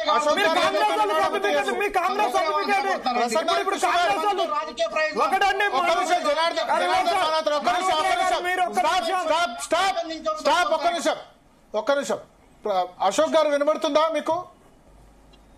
అశోక్ గారు వినడబోతే ప్రసన్న హరికృష్ణ గారు. ఎస్ విన్నారా? భరత్ గారు వచ్చిందా మాట అడ్డుపడ్డారు, మాకేం అర్థం కాదు. ఒక్క నిమిషం ఆగండి ఒక్క నిమిషం. వినబడింది. ప్రసన్న హరికృష్ణ గారు, ప్రసన్న హరికృష్ణ గారు ఏం చేయాలి ఇప్పుడు? ఎస్ ఇప్పుడు టీజీపీఎస్సీ ఏం చేయాలి ఇప్పుడు? నిన్న హైకోర్టు అయితే సర్టిఫికేట్ వెరిఫికేషన్ ఓకే అంది, బట్ నియామక ఉత్తర్వులు ఇవ్వద్దు అని చెప్పింది. సో ఇప్పటి వరకు జరిగిన దాని మీద ఇప్పుడు మీకున్న డౌట్స్ అన్ని తీరాలంటే టీజీపీఎస్సీ ఏం చేయాలి, రాష్ట్ర ప్రభుత్వం ఏం చేయాలి? సో డౌట్స్ నాకున్నాయి కాదండి, డౌట్స్ అభ్యర్థులకు సంబంధించినటువంటి డౌట్స్ అవి. ఎందుకంటే గతం నుంచి మీరు ప్రస్తుతం వరకు చూస్తున్నారు. నేను కూడా ఒక లైవ్ డిబేట్ లో మనం అందరం కూడా కలిసి చేశాము. సో రీసెంట్ గా అంటే టీజీపీఎస్సీ ఇచ్చినటువంటి సర్టిఫికేట్ వెరిఫికేషన్ 16th నుంచి 21st వరకు ఇచ్చిర్రు. సో దానిపైన ఏదైతే అంటే ఒక అమ్మాయి రీకౌంటింగ్ లోపల అంటే 482.5 మార్క్స్ వచ్చినటువంటి ఒక అమ్మాయి అంటే సెలక్షన్ లిస్ట్ లో ఏదో ఒక సెలక్షన్ వస్తుంది అన్నటువంటి అమ్మాయి నాకు ఇంకా 500 మార్క్స్ రావడానికి అవకాశం ఉంటుంది అంటే 582.5 నుంచి 482.5 నుంచి 422.5 కి తగ్గింది. అంటే 60 మార్క్స్ తగ్గినండి. 60 మార్క్స్ 6 మార్కులు లేదా 10 మార్కులు లేదా 15-20 మార్కులు పెరగొచ్చు లేకపోతే తగ్గొచ్చు రీకౌంటింగ్ లోపల. కానీ 60 మార్కులు తగ్గినాయి అంటే ఇది నిజంగానే అసలు అది ఫేక్ డాక్యుమెంట్ అంటున్నారు టీజీపీఎస్సీ వాళ్ళు. ఆ డాక్యుమెంట్ అది ఫోర్జరీ డాక్యుమెంట్ అంటున్నారు. ఫోర్జరీ డాక్యుమెంట్ అని చెప్పేసి టీజీపీఎస్సీ లాయర్ గారు చెప్పారు. Right, okay. ఇప్పుడు నేనేమంటున్నానంటే ఎవరైతే ఇప్పుడు తన ఫోర్జరీ డాక్యుమెంట్ సబ్మిట్ చేసింది అని చెప్పేసి అన్నప్పుడు లాగ్డ్ డేటా ఏదైతే ఉందో అంటే ఈ అమ్మాయికి సంబంధించిన మార్క్స్ నిజంగానే ఒకవేళ మారినాయా లేదా మారలేదా అంటే సిస్టమ్ లోపల లాగిన్ లాగౌట్ కి సంబంధించినటువంటి డీటెయిల్స్ అయితే మనకు దొరుకుతాయి. నిజంగానే ఆ మార్క్స్ అట్లా ఉన్నాయా, నిజంగానే తగ్గినాయా, లేకపోతే అది ఫోర్జరీయా అనేది లాగిన్ లాగౌట్ చూస్తే 60 మార్కులు ఎన్ని మార్క్స్ ఉండే అంతకుముందు ఎన్ని మార్క్స్ ఉండే ఎన్ని మార్క్స్ తగ్గి 482.5 నుంచి 122.5 కి తగ్గింది. ఓకే, అంటే ఆల్మోస్ట్ 60 మార్క్స్ తగ్గినాయి. ఇన్ ద సేమ్ మేనర్ ఇంకొక కాంటెక్స్ట్ ఏంటంటే ఒక అబ్బాయికి తెలంగాణ మూవ్మెంట్ లో 122 మార్క్స్ వచ్చింది. ఓకే, కట్ అవుతుంది మీ వాయిస్. మీరు ఒకసారి ఒక దగ్గర ఆగి మాట్లాడండి ప్రసన్న గారు, మీరు ఆగి మాట్లాడితే బెటర్. అంత లోపల అశోక్ గారిని తీసుకుంటారు. భరత్ గారు మీరు WhatsApp. Okay sir, Ashok garu చెప్పండి.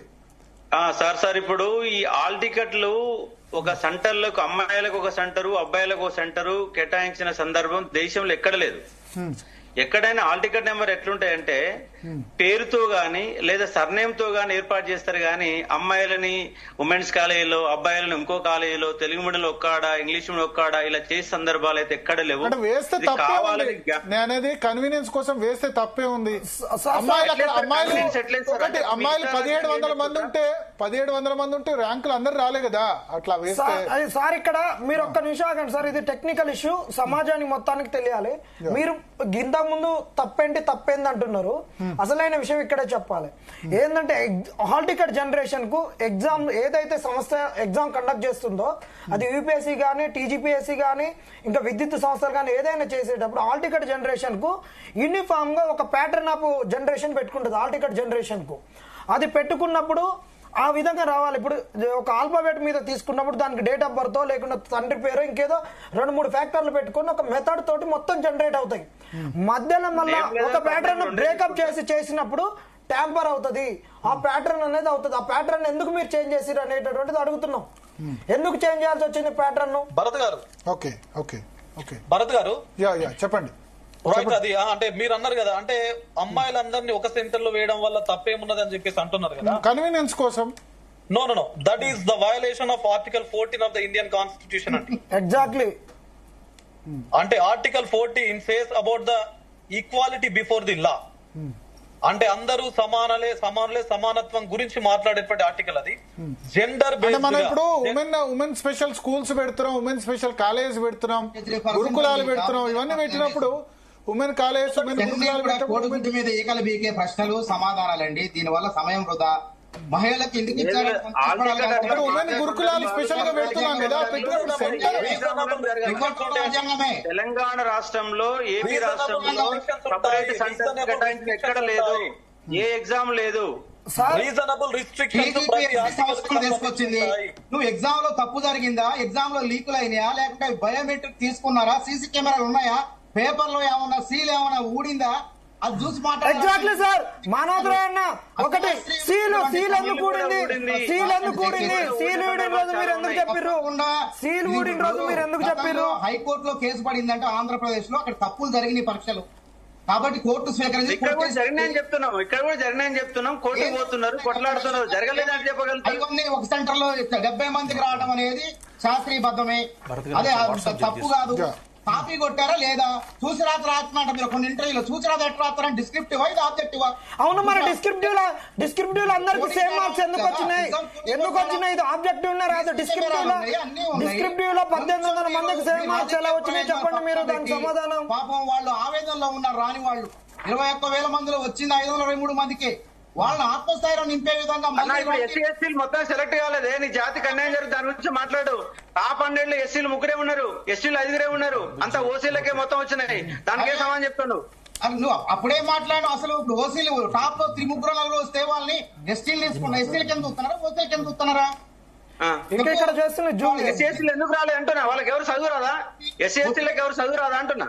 పరీక్ష పేపర్ చెప్పండి, పరీక్ష పేపర్ విద్యావాళ్ళకి ఇప్పుడు ఎస్సీ ఓసీ అని తెలుసా? పైన మొత్తం పెట్టిరు. ఎస్సీ ఓసీ తెలియదు. హాల్ టికెట్ మీద ఎస్సీ ఓసీలు ఎందుకు తీసుకున్నావు? క్యాస్ట్ ఎందుకు తీసుకున్నారు? హాల్ టికెట్ మీద క్యాస్ట్ ఎందుకు తీసుకున్నారు?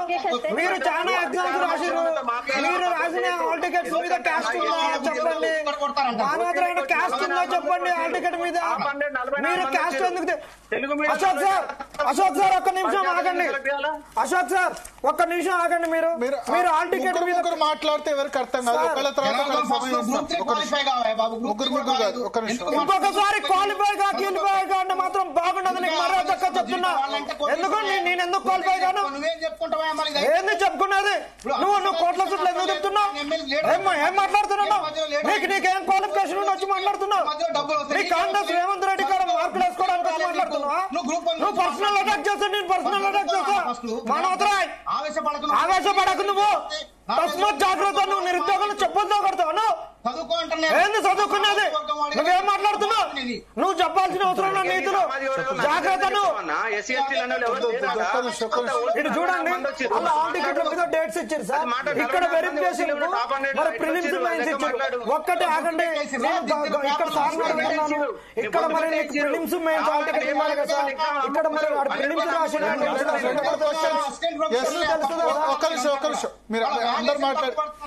మానవతరాయ్ గారు ఒక్క నిమిషం ఒక్క నిమిషం. మనం ముగ్గురు మాట్లాడితే ఎవరు మాట్లాడింది అర్థం కాదు. ఒకటి, ఇప్పుడు అన్ని విషయాలు అన్ని క్వశ్చన్స్ తీసుకొని మానవతరాయ్ గారిని అడుగుదాం. ఎస్ అశోక్ గారు, మీరు చెప్పేది ప్రధాన ఆబ్జెక్షన్స్ ఏంటి?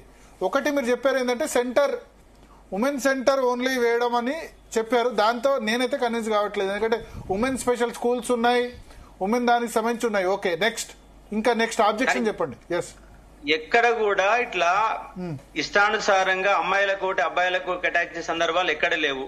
టాప్ 100 లో 40 మంది యూనియన్ పబ్లిక్ సర్వీస్ కమిషన్ లో గానీ, కర్ణాటక పబ్లిక్ సర్వీస్ గానీ, ఏపీపీఎస్ లో గానీ, తమిళనాడులో టాప్ 100 లో 40 మంది అమ్మాయిలు ఎక్కడైనా వచ్చారా అంటే వాల్యుయేషన్ లో గందరగోళం జరిగింది, అక్రమాలకు ఆస్కారం ఉంది. టాప్ 100 లో 44 మంది ఓసీలో వచ్చారు. 40 అంటే 50% ఉండాలి కదా అశోక్ సార్. ఉమెన్స్ 50% మంది ఓసీలో ఉన్నారు ఇప్పుడు. నేను టాప్ 100 మందిలో అమ్మాయిలు 40 మంది ఉన్నారంటున్నారు. 50% ఉండాలి కదా, 50% మహిళలు కదా. 50% కాదు, 70% ఉండొచ్చు. మరి అన్ని పబ్లిక్ సర్వీస్ కమిషన్ ఉండాలి కదా అంటున్నా నేను. Not only Telangana public service commission group 2 లో రావాలి కదా. గ్రూప్ 2 చూడండి, మీరు ఎంసెట్ లో గానీ ఇంటర్ లో గానీ అమ్మాయిలు టాప్ పాస్ పర్సెంటేజ్ అమ్మాయిలు ఉన్నారు మన రాష్ట్రంలో. 100 లో ఉంటారు, మళ్ళీ టాప్ 10 లో ఉంటారు, 100 లో ఉంటారు. అదే నేను చెప్తానండి, మన రాష్ట్రంలో చూస్తే మీరు ఎంసెట్ అయినా ఇంటర్ అయినా అమ్మాయిలే టాప్ వస్తారు. పాస్ పర్సెంటేజ్ అమ్మాయిలు ఎక్కువ ఉన్నారు, చదువుకుంటారు. టాప్ 10 లో టాప్ 100 లో మళ్ళీ అబ్బాయిలే వస్తారు. టాప్ 10 లో ఉంటే 4-5 ఉంటారేమో కానీ టాప్ 100 లో మళ్ళీ అబ్బాయిలదే ఉంటది. అట్లాంటే మరి గ్రూప్ 2 లో ఉండాలి కదా. గ్రూప్ ఒకటి ఈ పేపర్ దిద్దే వాళ్ళకి వాల్యుయేషన్ చేసే వాళ్ళకి అమ్మాయి అబ్బాయి తెలిసే అవకాశం ఉందా? ఎందుకు రైటింగ్ చూసి మాట్లాడేసారు ఇక్కడ, రైటింగ్ చూసి మాట్లాడేసారు తప్ప కరెక్ట్ వేలో వాల్యుయేషన్ అనేది జరగలేదు. 40% మంది తెలుగు మీడియం వాళ్ళ అభ్యర్థులు మెయిన్ సెలెక్ట్ అయితే 10% కూడా లేరు. మరి Telangana public service Telugu medium వాళ్ళు ఎంతమంది, ఇంగ్లీష్ మీడియం ఎంతమంది సెలెక్ట్ అయ్యారు?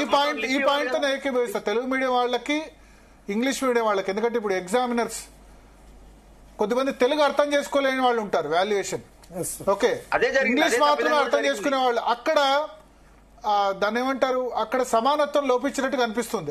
అది నేను వ్యాలిడ్ పాయింట్ గా తెలుగు మీడియం వాళ్ళకి తక్కువ రావడం, ఇంగ్లీష్ మీడియం వాళ్ళు అంటే జనరల్ గా ఇంగ్లీష్ మీడియం రాసేది బీటెక్ లేకపోతే వాళ్ళు. కానీ నిజానికి ఈ గ్రూప్స్ సివిల్స్ ఎక్కువ ఇప్పుడు ఆర్ట్స్ బ్యాక్గ్రౌండ్ వాళ్ళు కంటిన్యూస్ గా ప్రిపేర్ అవుతూ ఉంటారు. ఎస్, తర్వాత మ్యాప్స్ వాటికి ఎక్కువ ఇంపార్టెన్స్ ఇచ్చినట్టు కనబడుతుంది కదా. ఆర్ట్స్ హ్యుమానిటీస్ వాళ్ళకి సివిల్సే లక్ష్యం, గ్రూప్సే లక్ష్యం. కొత్తగా బీటెక్ పాస్ అయిన వాళ్ళు కొంచెం ఇంగ్లీష్ లాంగ్వేజ్ ఉంటుంది. భరత్ గారు డైరెక్ట్ పాయింట్, మీరు మంచి పాయింట్ ఎత్తారు. ఇక్కడ 3 భాషల్లో ఎగ్జామ్ జరిగింది, ఇంగ్లీషు, తెలుగు, ఉర్దూలో. వీళ్ళకి ఎవాల్యుయేషన్ చేసే వాళ్ళకి బ్లూ ప్రింట్ కీ ఉంటది కదా, యూపీఎస్సీలో అన్ని భాషల్లో ఇస్తారు. ఇక్కడ మాత్రం మాకున్న సమాచారం మేరకు ఓన్లీ ఇంగ్లీష్ లో ఇచ్చారని చెప్పారు. గ్రూప్ 1 రాసే పిల్లలు ఎక్కువ కూడా గ్రామీణ ప్రాంతాల నుంచి వచ్చిన వాళ్ళు తెలుగు భాషలో భావ వ్యక్తీకరణ ఎక్కువ ఉంటుంది. ఇక్కడ తెలుగు మీడియం అభ్యర్థులు ఎంతమంది సెలెక్ట్ అయ్యారనేది గతంలో ఇదే టీజీపీఎస్సీ గానీ ఏపీపీఎస్సీ గానీ చెప్తుంది. ఇక్కడ తెలుగు మీడియం పిల్లలు తమ ఒక 10-15 ఏళ్లు జీవితం అంతా పంచవర్ష ప్రణాళిక అంటారు, సివిల్స్ గానీ గ్రూప్ 1 గానీ. తెలుగు మీడియం పిల్లలు ఎంతమంది సెలెక్ట్ అయ్యారనే అవకాశం ఇవ్వలేదు. అసలు తెలుగు భాష ప్రాథమికంగా క్వాలిఫైయింగ్ పేపర్ పెట్టకపోవడం ప్రధాన తప్పు. అదే విధంగా బ్లూ ప్రింట్ నిజంగా ఇచ్చి ఉంటే ఉర్దూలో ఏమిచ్చారు, తెలుగులో ఏమిచ్చారు? ఉర్దూలో కూడా 9 మందికి 7 సెలెక్ట్ అయ్యారన్నారు. వాస్తవేనా? అది సెలెక్ట్ అయ్యారా లేదు నాకు తెలియదు. నేను బ్లూ ప్రింట్ తెలుగు భాషలో ఇచ్చారా మీరు? డిగ్రీ కాలేజ్ 9కి 7 సెలెక్ట్ అయ్యారు ఉర్దూలో. అక్కడ ఎగ్జామినర్స్ కొంచెం అంటే నార్మలైజేషన్ చేయాలా? యాక్చువల్లీ నార్మలైజేషన్ చేయాలా? అశోక్ గారు మీరు చెప్పాలి, నార్మలైజేషన్ ఏమైనా ఉంటుందా దీనిలో? మీడియా నార్మలైజేషన్ ఉంటది, యూపీఎస్సీ లో సబ్జెక్ట్ నార్మలైజేషన్ ఆప్షనల్స్ వచ్చినప్పుడు. అశోక్ గారికి వినబడుతుందా నేను కమ్యూనికేట్ చేసేది? వినపడుతుంది సార్, వినపడుతుంది. నార్మలైజేషన్ చేస్తారా జనరల్ గా? ఎందుకంటే మీరు కోచింగ్ సెంటర్ చేస్తారు, నార్మలైజేషన్ చేస్తారు. అన్ని పేపర్లు ఉర్దూలో 9 మందికి 7 మంది రావడం, ఈ తెలుగు మీడియం వాళ్ళు తక్కువ కావడం, ఇంగ్లీష్ మీడియం ఉర్దూ మీడియం వాళ్ళకి అడ్వాంటేజ్ కావడం, దీని మీద క్లారిటీ ఇవ్వాలి. ఎందుకంటే ఇప్పుడు కొద్దిమంది వాల్యుయేషన్ చేసే వాళ్ళకి తెలుగు రాకపోవచ్చు, తెలుగు రాని వాళ్ళని కూడా వాల్యుయేషన్ పెట్టొచ్చు కదా. కొన్ని ఇంగ్లీష్ తెలుగు రెండు పెట్టారు. అసలు ఇంగ్లీష్ అక్కడ మొత్తం దిద్దినటువంటి లెక్చర్లు అందరూ డిగ్రీ కాల్ లెక్చరర్లే. వాళ్ళందరూ జేఎల్ నుంచి డిఎల్ కు ప్రమోషన్ పొందినటువంటి వ్యక్తులే. ఆ లిస్ట్ అవుట్ కూడా మొత్తం కంప్లీట్ బయటకు వచ్చింది. యూనివర్సిటీ ప్రొఫెసర్ల చేత దిద్దలేదు. కాకపోతే degree call lecture assistant professor అని పిలుస్తుండవచ్చు, కానీ యూనివర్సిటీ ప్రొఫెసర్ దిద్దాల్సిన పేపర్లని డిగ్రీ కాల్ లెక్చర్ తో దిద్దిచ్చారు. వాళ్ళంతా తెలుగు మీడియంలో ఎగ్జామ్ రాసేటువంటి అభ్యర్థులే. తర్వాత వాళ్ళు ఇంగ్లీష్ మీడియం పేపర్ దిద్దడానికి ఎలిజిబిలిటీ కాదు, కానీ వాళ్ళందరి చేత దిద్దిచ్చారు. దాని ఫలితం ఇంగ్లీష్ మీడియం వాళ్ళు సెలెక్ట్ అయ్యారా అనేది ఇక్కడ ప్రధానంగా వినపడుతున్నటువంటి. తెలుగు మీడియం వాళ్ళైతే తెలుగు మీడియం వాళ్ళకి ఎక్కువ మార్కులు వేయాలి కదా, వాళ్ళకి ఇంగ్లీష్ మీరు అన్న దాని ప్రకారం ఇంగ్లీష్ క్వాలిఫికేషన్ బాగా అర్థమైంది కాబట్టి తక్కువ వేసారు, ఇంగ్లీష్ అర్థం కాలేదు కాబట్టి ఎక్కువ వేసారు. అట్లా ఇంగ్లీష్ అర్థం కాదు, ఇప్పుడు తక్కువ మార్కులు వేసారు అనుకో, ఇంగ్లీష్ మీడియం వాళ్ళు తక్కువ వేసారు అనుకో, నీకు ఏం అర్థమైంది దిద్దాం అని చెప్పేసి క్వశ్చన్ చేస్తారు, భయపడి వాళ్ళు ఇంగ్లీష్ మార్కులు ఎక్కువ మార్కులు వేసారు వాళ్ళకి. అంటే రైటింగ్ కదా, ఒక పేపర్ ఇద్దరు దిస్తారు కదా సార్. ఇది ఇప్పుడు కాంగ్రెస్ వాళ్ళు ఏమంటారంటే ఇది మనకు ప్రిజంప్షన్స్ అజంప్షన్స్ అంటారు. ప్రసన్న హరికృష్ణ గారు, మీరు సబ్జెక్ట్ బయాలజికల్ మీది చెప్పండి. బయాలజికల్ మీది బయాలజికల్ సైన్స్ అడుగుతున్నారు అంతేనా? బయాలజికల్ సైన్స్ సబ్జెక్ట్ ఏంది అసలు సబ్జెక్ట్? మీరు పీజీ గానీ మీరు చేసింది? నేను 2-3 పీజీలు చేశారు. మీరు ఏ పుస్తకాలు రాశారు? నేను 2-3 రకాల పుస్తకాలు రాశాను. 2-3 రకాలని మీ సబ్జెక్ట్ రాశారా? వేరే సబ్జెక్ట్ కూడా రాశారు కదా?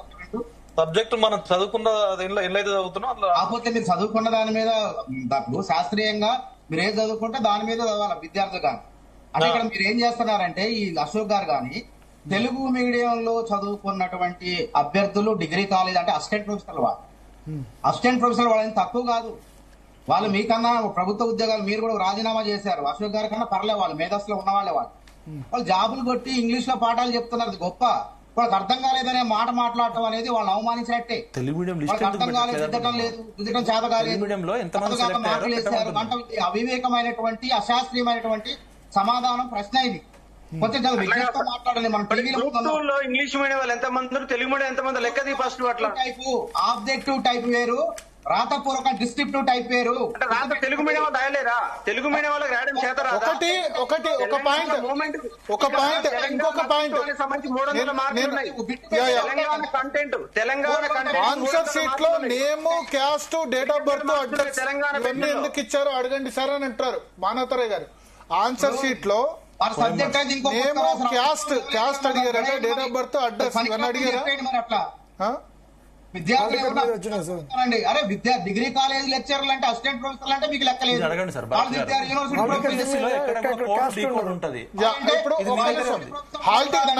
మానవతరాయ్ గారు ఒక్క నిమిషం, నాకు ఇక్కడ చూస్తున్న లైవ్ లో వ్యూవర్స్ ఏమన్నారంటే హాల్ టికెట్ లో ఆన్సర్ షీట్ లో name, caste, date of birth, address ఇవన్నీ ఎందుకు ఇచ్చారో అడగండి సార్ అంటారు. ఇవన్నీ ఇచ్చారా? మూల్యాంకనం చేసేటప్పుడు మేము కూడా పోయినాం open university Ambedkar. Hall ticket ఒక్కటి సరిపోద్ది కదా అంటారు. ఇవన్నీ వినండి, ఆ దిద్దేటప్పుడు అభ్యర్థులు ఎవరో కూడా తెలియదు మనకి. ఆ అభ్యర్థి ఎస్సీనా బీసీనా, ఇక అందులో ఏమన్నా నేను ఓసీని నాకు మార్కులు వేయండి అని రాస్తే తప్ప ఒకవేళ అభ్యర్థి అనేది ఎవరు కూడా తెలియదు. ఆడ అంత జాగ్రత్తగా యూనియన్ పబ్లిక్ పద్ధతిలో తిస్తారు. ఇక్కడ ఒక మాట క్వశ్చన్ అడుగుతా, నీకు తెలిసి తెలంగాణ రాష్ట్రంలో తెలంగాణ రాష్ట్రం హాల్ టికెట్ నెంబర్లు ఎప్పుడైనా పురుషుల స్త్రీలకు వేరుపాటు వేసిరా అది చెప్పు నాకు. ఏమైంది ఎగ్జామ్ పెట్టిరా ఇప్పుడు నీకు తెలిసి ఎగ్జామ్ అయినా పెట్టిరా అంటున్నా. అది పరిపాలనా పరమైనది. టీజీపీఎస్సీ ఎప్పుడు లేని సిస్టమ్ ఇప్పుడు ఎందుకు వచ్చింది? సంవత్సరం రేపొద్దున వేరే రాష్ట్రం తీసుకుంటది. నువ్వు పరీక్ష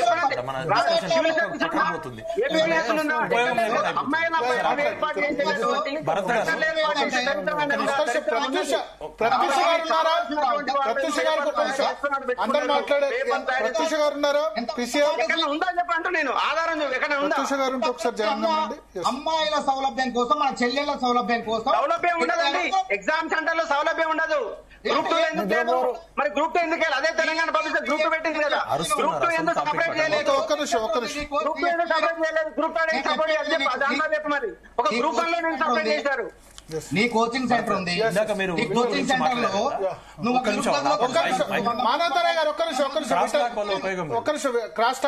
నిమిషం విఠల్ గారు మాట్లాడతారు. అక్కడ ఉన్న అందరూ కూడా నా సోదరులే. మనం అల్టిమేట్ గా సొల్యూషన్ కోసం ఫైండ్ చేద్దాం. సాక్షి టీవీలో నేను ఒక ఇంటర్వ్యూ చూశాను. మహమ్మద్ రఫియో గౌసు ఆయన హిస్టరీ ప్రొఫెసర్, నేను కూడా గ్రూప్ 1 సివిల్స్ ప్రిపేర్ అయినప్పుడు ఆయన చెప్పారు. కరీం సార్ ఏమన్నారంటే ఉర్దూ మీడియం రాసిన వాళ్ళు 9 మంది సెలెక్ట్ అయ్యారు. మనిషి దిద్దేటప్పుడు ఆ ఉర్దూ భాష వచ్చిన వాళ్ళే దిద్దుతారు. ఆయన కూడా ఒక సామాజిక వర్గానికి చెందిన ఆయన ఏమని చెప్పారంటే సైంటిఫిక్ గా అవినీతి అంటే డబ్బులు తీసుకోవడము, పేపర్లు అమ్ముకోవడమే కాదు, భాష, మతము, కులము, డేట్ ఆఫ్ బర్త్ ఇది తెలవాల్సిన అవసరం లేదు పేపర్ దిద్దేటోళ్ళకి. ఉర్దూ మీడియంలో 10 మంది రాస్తే ఇంతమంది సెలెక్ట్ అయ్యారంటే ఎక్కడో చోట ప్రభావితమయ్యే అవకాశం ఉందని ఆయనే చెప్పాడు. సెకండ్, ఇంకొకటి ఆల్ టికెట్ అనేది ఒక కోడ్. నవోదయ ఎగ్జామ్ లో కూడా చిన్న పిల్లలకు 5వ తరగతిలో కూడా కోడ్ ఇస్తారు, కోడ్ ని డీకోడ్ చేస్తారు. ఇప్పుడు టెక్నాలజీ పెరిగినాక మనం ఎగ్జామ్స్ రాసేటప్పుడు బార్ కోడ్ వచ్చింది, ఇక్కడ క్యూఆర్ కోడ్ వచ్చింది. అసలు అభ్యర్థి పేరు కూడా విఠల్ రెడ్డియా, విఠల్ మేలా, ఫిమేలా కూడా తెలవాల్సిన అవసరం లేదు. ఒక కోడ్ ఇచ్చినాక కోడ్ ని డీకోడ్ చేయడమే దాని పని. హాల్ టికెట్ లో డీటెయిల్స్ పెట్టుకోవచ్చు. నా జెండర్ గానీ, నా ఏజ్ గానీ, నా సెక్స్ గానీ, నా క్యాస్ట్ గానీ తెలవాల్సిన అవసరం లేదు. ప్రపంచ చరిత్రలోనే ఇలాంటి ఎగ్జామ్ ఎక్కడా లేదు. మీరు హాల్ టికెట్ మీద మీరు అన్ని తీసుకోండి. ఇదేమన్నా పెళ్లి చూపలనా? ఓఎంఆర్ షీట్, నా క్యాస్ట్ ఎందుకు, నా ఏజ్ ఎందుకు, నీ అన్ని ఎందుకు? వీటికి ఇంతవరకు టీఎస్పీఎస్సీ నుంచి ఆన్సర్ లేదు. టీఎస్పీఎస్సీ మాత్రం మౌనం దాలుస్తుంది. మనం అందరం కలిసి అసలు నెక్స్ట్ టైం ఇవన్నీ యాడ్ చేయాల్సిన అవసరం లేదు. ఉందండి, మీరు చూసుకోవట్లే విఠల్ గారు. మనోతరాయ్ రేపు పొద్దున పోదాం. మనోతరాయ్ గారు ఒక్క నిమిషం, రేపు పొద్దున మీరు బుర్రా వెంకటేశ్వర గారు అపాయింట్మెంట్ తీసుకోండి. సార్, బుర్రా వెంకటేశ్వర గారు అపాయింట్మెంట్ మనోతరాయ్ గారు తీసుకోండి, మేము వస్తాం. అపాయింట్మెంట్ అడగమనండి. బుర్రా వెంకటేశ్వర గారు అపాయింట్మెంట్ అడగమనండి, రేపు పొద్దున పోదాం. అన్న మనోతరాయ్ అన్న, రేపు పొద్దున బుర్రా వెంకటేశ్వర గారు అపాయింట్మెంట్ ఇప్పి, నవీన్ నికోలస్ అపాయింట్మెంట్ ఇప్పి, ఇగో మనం అందరం పోదాం, ఈ సమస్య పరిష్కరిద్దాం. నేను కూడా మీ అన్నలాంటి నువ్వు మా అడిగాము, అడిగితే ఇంతవరకు రెస్పాండ్ లేదు. ఫోన్ చేస్తే జైల్లో కేసు పెడతా అంటున్నారు, అశోక్ మీద కేసు పెడతా అంటున్నారు. ఫోన్ చేస్తే కేసులు పెడతారా అండి? ట్రాన్స్పరెన్సీ లేదా? అకౌంటబిలిటీ లేదా? మనం టీవీ ఛానల్లో డిస్కస్ చేయాలా? ఏఎస్ ఆఫీసర్ మాట్లాడరా? వాళ్ళు విజిటింగ్ అవర్స్ లో పిల్లల్ని కలవరా? ఇంతవరకు టీఎస్పీఎస్సీ నుంచి పిల్లల్ని కలవట్లేదు. ఆధారాలు మొత్తం ఇస్తాం సార్. మొత్తం భారతదేశం నేను ఓపెన్ ఛాలెంజ్ చేస్తున్నా సుప్రీంకోర్టు, హైకోర్టుకి. ఈ జీవో నెంబర్ 29 అనేది ఎప్పటికీ ఉండదు. తాత్కాలికంగా రేవంత్ రెడ్డి కొన్ని రోజులు ఉంటాడు, సుప్రీంకోర్టు జడ్జిలు ఉంటారు, కానీ ఈ భూమి మీద జీవో నెంబర్ 29 అనేది ఎప్పటికీ ఉండదు. కావాలంటే 100 సాక్ష్యాలు రేపు పొద్దున మానవతరాయికి ఇస్తా. మానవతరాయి నా తమ్ముళ్ళు అంటారు. మాట్లాడకండి దయచేసి. జీవో నెంబర్ 29 తీనాదాబి అనే విషయంలో 68 అమలవుతుంది. అన్న, నువ్వు ఏ రాష్ట్ర రూల్ ఆఫ్ రిజర్వేషన్ కి వ్యతిరేకము. నువ్వు ఒక నిమిషం మనోతరాయ్, ఒక్క నిమిషం ఆగు. అర్థమైంది. Rule of reservation GO number 29 సంబంధించి అల్టిమేట్ కాదండి.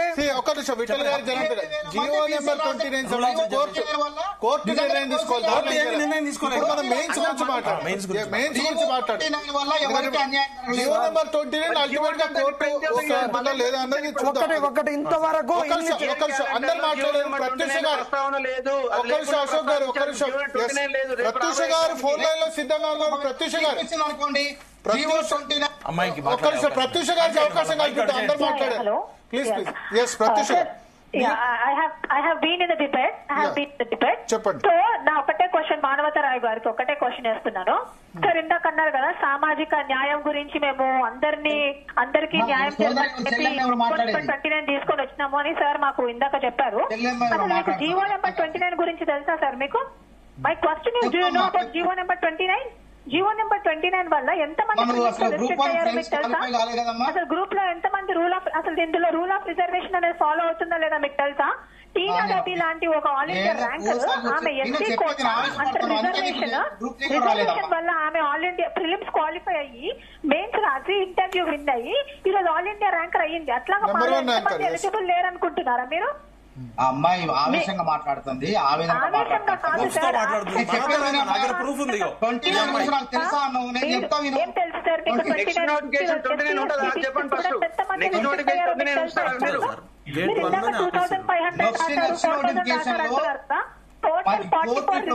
సుప్రీంకోర్టు గానీ హైకోర్టు గానీ 29 సమర్థించింది.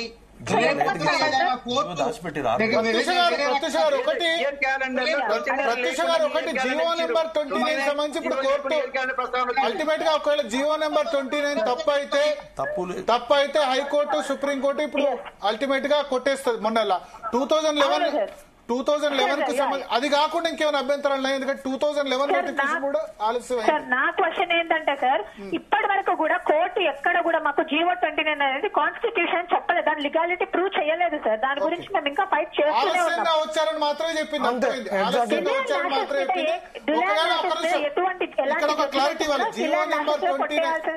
జీవో నెంబర్ 29 అన్కాన్స్టిట్యూషనల్ అయితే మొన్ననే వెస్ట్ బెంగాల్ లో మమతా బెనర్జీ రిక్రూట్మెంట్ మొత్తాన్ని కూడా ఆల్రెడీ టీచర్ జాబ్ వచ్చిన వాళ్ళది కూడా క్యాన్సిల్ చేసింది. ఒకవేళ జీవో నెంబర్ 29 కనుక తప్పు అయితే అదే కోర్టులో జరుగుతుంది. ఇది కాకుండా వేరేదేమైనా ఉందా? నేను ఒక విషయం అడుగుదాం అనుకుంటున్నాను. ఈ రోజు రోడ్డు మీదకి వచ్చిన వాళ్ళందరూ నిరుద్యోగులు కాదు, వాళ్ళని చెప్పుతో కొడతానని మానవతా రాయ్ గారు అంటున్నారు. మీకు కొంచెమన్నా సంస్కారం సభ్యత అనేది ఉందా అనేది నా క్వశ్చన్. మీరు ఏమనుకుంటున్నారు? మీరు మీకు నచ్చినట్టు ఏ పార్టీకి పడితే ఆ పార్టీకి వెళ్ళిపోతారు. మీరు రాజకీయ నిరుద్యోగులు, మేము నిరుద్యోగులం కాదు. మీకు కనీసం కాంగ్రెస్ పార్టీ అనే అసలు కాంగ్రెస్ పార్టీ స్పెల్లింగ్ అని వచ్చా సార్ మీకు? మీరు అసలు ఎట్లా అంటారు? మీ ఇంట్లో పెళ్లి తెచ్చి మాకు జాబులు ఏమన్నా ఇస్తున్నారా మీరు? How can you speak such vulgar word? అసలు మీరు ఎవరు అనడానికి? చెప్పుతో కొట్టడం ఏంటి సార్? చెప్పుతో కొట్టడము అది మా రైట్. మాకు అనిపించింది మేము అడుగుతాం. మాకు ఆ ఫ్రీడమ్ ఆఫ్ స్పీచ్ లేదనుకుంటున్నారా మీరు? సార్ ఒక్క నిమిషం టైం ఇవ్వండి సార్. ఒక్క నిమిషం ప్రత్యూష గారితో మాట్లాడు. సమానం చెప్పొద్దా? చెప్పండి. ఇప్పుడు పాపం అమ్మాయి చిన్న వయసు, ఆ చెల్లెల సోదరి పాప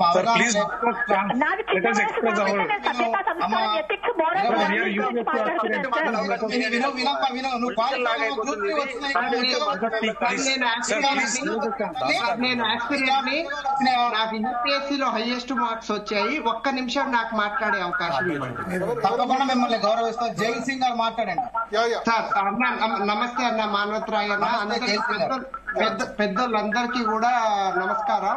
నేను ఒకే ఒక్క విషయం, అసలు పొలిటిక్స్ వద్దు, ఇంకేమి వద్దు. నాకు యూపీఎస్సీలో అన్న మీరు పిహెచ్డి చేశారు, మీకు దాని విలువ తెలుసు. నాకు యూపీఎస్సీలో ఎస్ఏలో తెలుగులో రాస్తే 139 మార్కులు వచ్చాయన్న. వన్ ఆఫ్ ద ఇప్పుడు గూగుల్లో కొట్టినా తెలుస్తుంది. ఎంతో మంది ర్యాంకర్స్ కంటే నాకు హైయెస్ట్ స్కోర్ అన్న యూపీఎస్సీ. అండ్ ఓవరాల్ స్కోర్ కూడా యూపీఎస్సీలో తెలుగులోనే రాశాను. 2 సార్లు మెయిన్స్ రాశాను, ఇంటర్వ్యూకి వెళ్ళాను. నాకు చాలా షార్ప్ లో మిస్ అయింది. అండ్ ఎస్టీలో one of the top mark నాకు వచ్చి ఉన్నది ఆల్రెడీ. ఇప్పటిదాకా దాన్ని కూడా ఎవరు బ్రేక్ చేయలేదు. అయితే థింగ్ ఏంటంటే, నేను దాదాపు మీకు తెలుసు 10 సంవత్సరాల నుండి నేను ప్రిపేర్ అవుతున్నాను. అండ్ నాకు సెంట్రల్ గవర్నమెంట్ జాబ్స్ దాదాపు 8 వచ్చినాయన్న. నేనేం చదవకుండానేం లేవు, చాలా కష్టపడి ఉన్నాను. ఇప్పుడు కూడా నేను జాబ్ చేస్తున్నాను. జాబ్ చేస్తూనే ఈ అచీవ్మెంట్స్ అన్ని కూడా చేశానన్న. అయితే థింగ్ ఏంటంటే, ఇక్కడ మీరు ఏం జాబ్ చేస్తున్నారు అన్న? నేను senior manager India post payments bank అన్న. నేను ఈ జాబ్ చేస్తూనే నేను ఈ అచీవ్మెంట్స్ కూడా చేశానన్న. నేను ఎప్పుడు కూడా ఏది ప్రిపరేషన్ ని వదలబెట్టలేదు. నా ఏకైక విజ్ఞప్తి అన్న మీ పెద్దోళ్ళందరికీ కూడా ఏంటంటే, మీరు ప్యాటర్న్ కనుక చూస్తే తప్పు ఒకే చోట జరిగింది. ఇది మానవ తప్పిదమే. మీరు అన్నట్టు ఎవాల్యుయేషన్ ని క్వశ్చన్ చేసే ప్రసక్తే లేదు. కాకపోతే మేము అడిగేది ఏంటంటే, ఇక్కడ అన్ని చోట్ల మీరు చాలా పిహెచ్డి చేసిన స్కాలరు, మీరు ఒక్కసారి ప్యాటర్న్ ని గమనించండి. ప్యాటర్న్ లో ఏం జరిగిందంటే, ఇక్కడ నేను 2 ఆన్సర్లే చెప్తానన్నా. 2700 మందికి సిమిలర్ మార్క్స్ వచ్చినాయన్నా. అది కూడా డిస్క్రిప్టివ్, అది కూడా పక్క పక్కన ఉన్న వాళ్ళకు వచ్చిందన్న. ఇది అతిపెద్ద తప్పిదం. ఏంటంటే, నాకు సిమిలర్ వస్తుంది, మనం 21,000 మంది రాస్తే సిమిలర్ రావడం కామన్. కానీ ప్రాబ్లం ఎక్కడొచ్చిందంటే, సిమిలర్ ఇప్పుడు డిస్క్రిప్టివ్ మేము 6 పేపర్లు మీకు తెలుసన్న 7 పేపర్లు రాస్తాం, 6 వ్యాలిడ్ అవుతాయి. మేము వర్షమని నా అనుకున్నాడు నాలాగే డిస్క్రిప్టివ్ రాయగలుగుతున్నా అన్న. మీకు ఎన్ని మార్కులు వచ్చినాయి? నాకు 369 వచ్చినాయన్న. అందులో కూడా నాకు అది అంతా ఒప్పుకునేటోండి. నాకు ఎటువంటి ఎవాల్యుయేషన్ ని క్వశ్చన్ చేసే ప్రసక్తి లేదు. నేను ఎక్కడ డౌట్ పడ్డానంటే, నేను 3 ఎస్ఏలు అన్న యూపీఎస్సీలో 2 ఎస్ఏలు రాస్తేనే, అంత గొప్పగా రాస్తేనే 2 సార్లు నాకు 139 స్కోర్ వచ్చినాయి అదే తెలుగులో. మీరు నా దగ్గర పేపర్స్ కూడా ఉన్నాయన్న. మనకు వచ్చిన ఎస్ఎల్ అంతా కూడా సామాజిక ఆర్థిక అంశాలే అన్న. ఇదేదో న్యూక్లియర్ విషయం కాదు, ఏదో మ్యాథమెటిక్స్ కాదు. అలాంటి వేస్తే నేను 46 పేజీలు వేస్తే నేనే రాస్తే నాకు 45 మార్కులు వేసాడన్న. అది నేను దాన్ని అతన్ని కూడా తప్పు మూల్యాంకనంలో కఠినంగా సులభంగా రాలేదు, కఠినంగా దిద్దారు అని అంటారు. అందువల్ల మీరు నష్టపోయినట్ట తెలుగు మీడియం. ఇంగ్లీష్ మీడియం రాసిన వాళ్ళకి 90 మార్కులు వచ్చినాయి, తెలుగు మీడియం రాసిన వాళ్ళకి 60 మార్కులు. కఠినంగా దిద్దండి, నాకు సమస్య లేదు. చాలా కఠినంగా ఒకటి విషయం నేను ఏమంటున్నా అంటే, సరే మూల్యాంకనం దగ్గర తెలుగు మీడియం వాళ్ళకి మీరు అన్యాయం జరిగింది అంటున్నారు. అది కాదండి, అది కాదు. తెలుగు మీడియం అందరికీ ఇక్కడ మీరు గమనిస్తే ఈ పర్టికులర్ 5 సెంటర్స్ లో మాత్రమే హైయెస్ట్ స్కోర్ వచ్చింది. మిగతా టోటల్ 40 సెంటర్స్ దాకా 38 సెంటర్స్ లో మాత్రం యావరేజ్ మారింది. అంటే అక్కడ మానవ తప్పిదం. ఇది డీజీపీఎస్సీ తప్పిదం అనట్లేదు, రాజకీయం అనట్లేదు, ఇంకేదో ఇన్ఫ్లుయెన్స్ అనట్లేదు. మీరు ఒక్కసారి ఇంటర్మీడియట్ మార్కులు పోదాం. మనం ఇంటర్మీడియట్ ఫలితాలు వచ్చిన తర్వాత 10th క్లాస్ వచ్చిన తర్వాత సేమ్ మార్కులు చాలా మందికి వస్తాయి, సేమ్ వస్తాయి. కానీ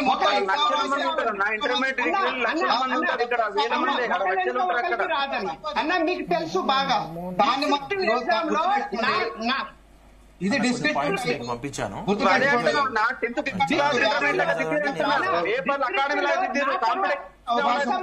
ఇప్పుడు అన్న ఒక చోటు ఉందన్న నంబరు 1 నుండి 12 మందికి ఒకే మార్కులు వస్తాయన్న. అది పాసిబుల్ అయ్యే పనేనా? మీరు దయచేసి విఘ్నతతో ఆలోచించండి. మేము అసలు మాకు ఎటువంటి రాజకీయ సంబంధం లేదు. ఇప్పుడు ఈ జాబు మాకు రాకపోని, కానీ ఇన్ని సంవత్సరాలు మేము దానికోసం కష్టపడ్డందుకు మాకు ఒక సెరిమోనియల్ ఎగ్జిట్ ఉండాలన్న, ఒక గౌరవప్రదమైన అవుటింగ్ ఉండాలి. ఏంటంటే న్యాయంగా నిలబడ్డాము, న్యాయంగా ఎవాల్యుయేషన్ జరిగింది, మాకు రాలేదు, మేము ఒప్పుకుంటాం. మాకంటే తెలివిగల్లోకి వస్తే మేము ఎన్ని ఓటములు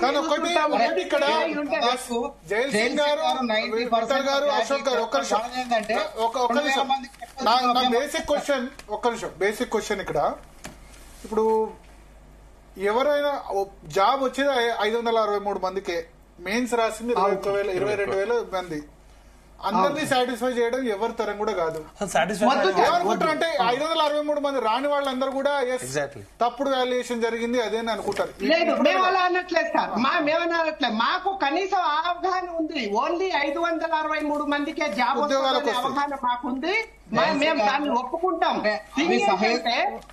జైల్ సింగ్ గారు సహేతుకమైన కారణాలు కాదు, మీరు సరే విఫలమయ్యారు. నెక్స్ట్ టైం నోటిఫికేషన్ వస్తుంది, తప్పకుండా మీలాంటి వాళ్ళు సాధిస్తారు. ఆత్మవిశ్వాసం చదవండి. మీరు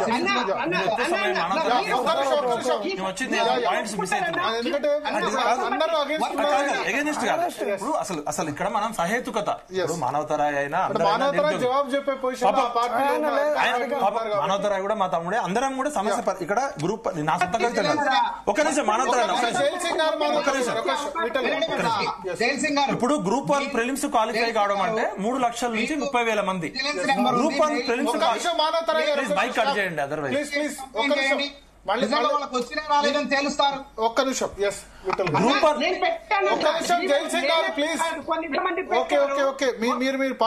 ఒక్క నిమిషం దయచేసి అందరికి. గ్రూప్ 1 ప్రిలిమ్స్ దాదాపు 4 లక్షల నుంచి 3 లక్షల మంది రాస్తే మెయిన్స్ 31,000 మందిలో 21,000 మంది ఎగ్జామ్ రాశారు. గ్రూప్ 1 మెయిన్స్ ఎంపిక కావడం అంత సులభం కాదు. 7 పేపర్లలో 900 మార్కులకి ఇంగ్లీష్ లో 66 మార్కులు వచ్చి 900 మార్కులకి 2 మార్కులు వచ్చిన వాళ్ళు విద్యార్థులు ఉన్నారు. 9 మార్కులు, 6 మార్కులు, 7.50 మార్కులు, 8 మార్కులు, 9 మార్కులు వచ్చిన వారు ఉన్నారు. అసలు ఇది సాధ్యమేనా? 900 మార్కులకి ప్రిలిమ్స్ లో క్వాలిఫై అయ్యి 7 పేపర్లు రాస్తే 7 ఒక్కొక్క పేపర్ ఒక మార్క్ వచ్చినా కూడా అసలు ఎక్కడ తప్పిదం జరిగింది? ఈ సమస్యకి పరిష్కారం ఏంటంటే అసలు అసలు కాదు సార్, మీరు ఏం ప్రిపేర్ కాకపోయినా కూడా ప్రిలిమ్స్ రాసినాక మెయిన్స్ కి వెళ్తే 0. అసలు మొత్తం 7 పేపర్లలో 7 పేపర్లు 7 మార్కులు వేసినా కూడా ఏదో ఒక క్వశ్చన్ కి రాస్తారు కదా. నేను ఏమంటున్నా అంటే సహేతుకత, హేతుబద్ధత ఉండాలి. అసలు టీఎస్పీఎస్సీ ఎందుకు రెస్పాండ్ కావట్లేదు? టీఎస్పీఎస్సీ ఎందుకు రెస్పాండ్ కావట్లేదు? మీరు దయచేసి లాజిక్ గా ఒక విఘ్నతతో ఆలోచించండి. బ్లైండ్ గా మమ్మల్ని కొట్టేయండి. ఎందుకంటే మాకు రాజకీయ బలం లేదు, కండ బలం లేదు, ఇంకే మీలాంటి వాళ్ళ మేము మీరు సార్ ఇక్కడ వీళ్ళకు చాలా మందికి తెలియని బ్యాక్లాగ్ పోతాయి పోస్టులు. రేపే వెళ్ళి విజిలెన్స్ కి ఇవ్వండి, విజిలెన్స్ వాళ్ళు విచారణ జరుపుతారు. జరగకపోతే అపాయింట్మెంట్ తీసుకోమండి, ఆయన అపాయింట్మెంట్ తీసుకోమండి, బాధ్యత మానవతరాయ్కి. మనోహర్ సిబిఐ పర్మిషన్ తీసుకుంటావా, సిబిసి పర్మిషన్ తీసుకుంటావా? నువ్వు నేను రేపు కలిసిపోదాం, ఇవన్నీ డాక్యుమెంట్స్ తీసుకొని పోదాం. వస్తావా నువ్వు చెప్పు?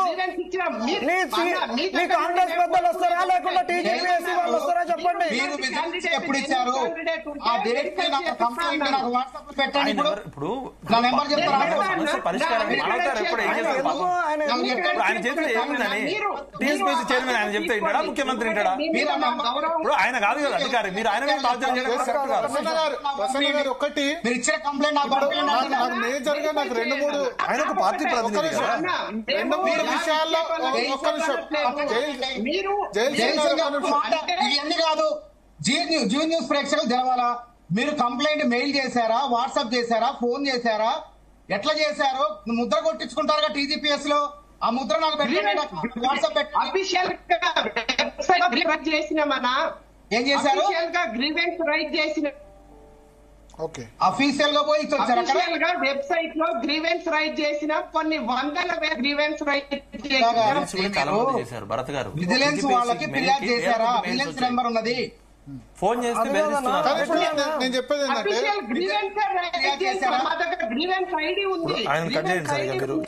ఒక్క నిమిషం జైల్ సింగ్ గారు, ఒక్క నిమిషం ఆగండి. మీకు విజిలెన్స్ వాళ్లకు తక్షణమే లోపాలు ఉన్నా ఫిర్యాదు చేయమని చెప్పి ఒక నెంబర్ ఇచ్చారు. ప్రసన్న కృష్ణ గారు ఉన్నారా? మీరు ఫిర్యాదులు చేశారు.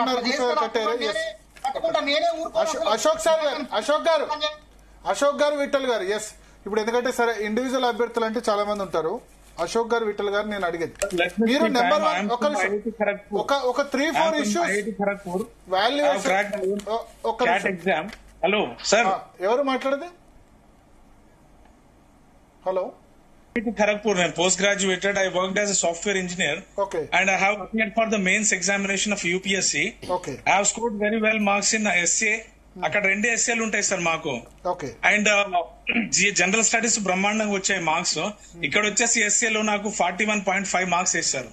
3 ఎస్ఏలకు అవి ప్రాణం పెట్టి రాసాం. యాక్చువల్ గా ఐఎమ్ యూపీఎస్సీ ఫ్యాకల్టీ. నేను ప్రజ్ఞాఏఎస్ లో ఫ్యాకల్టీగా చేశాను. And currently also working like I mentor the students UPSC aspirants. And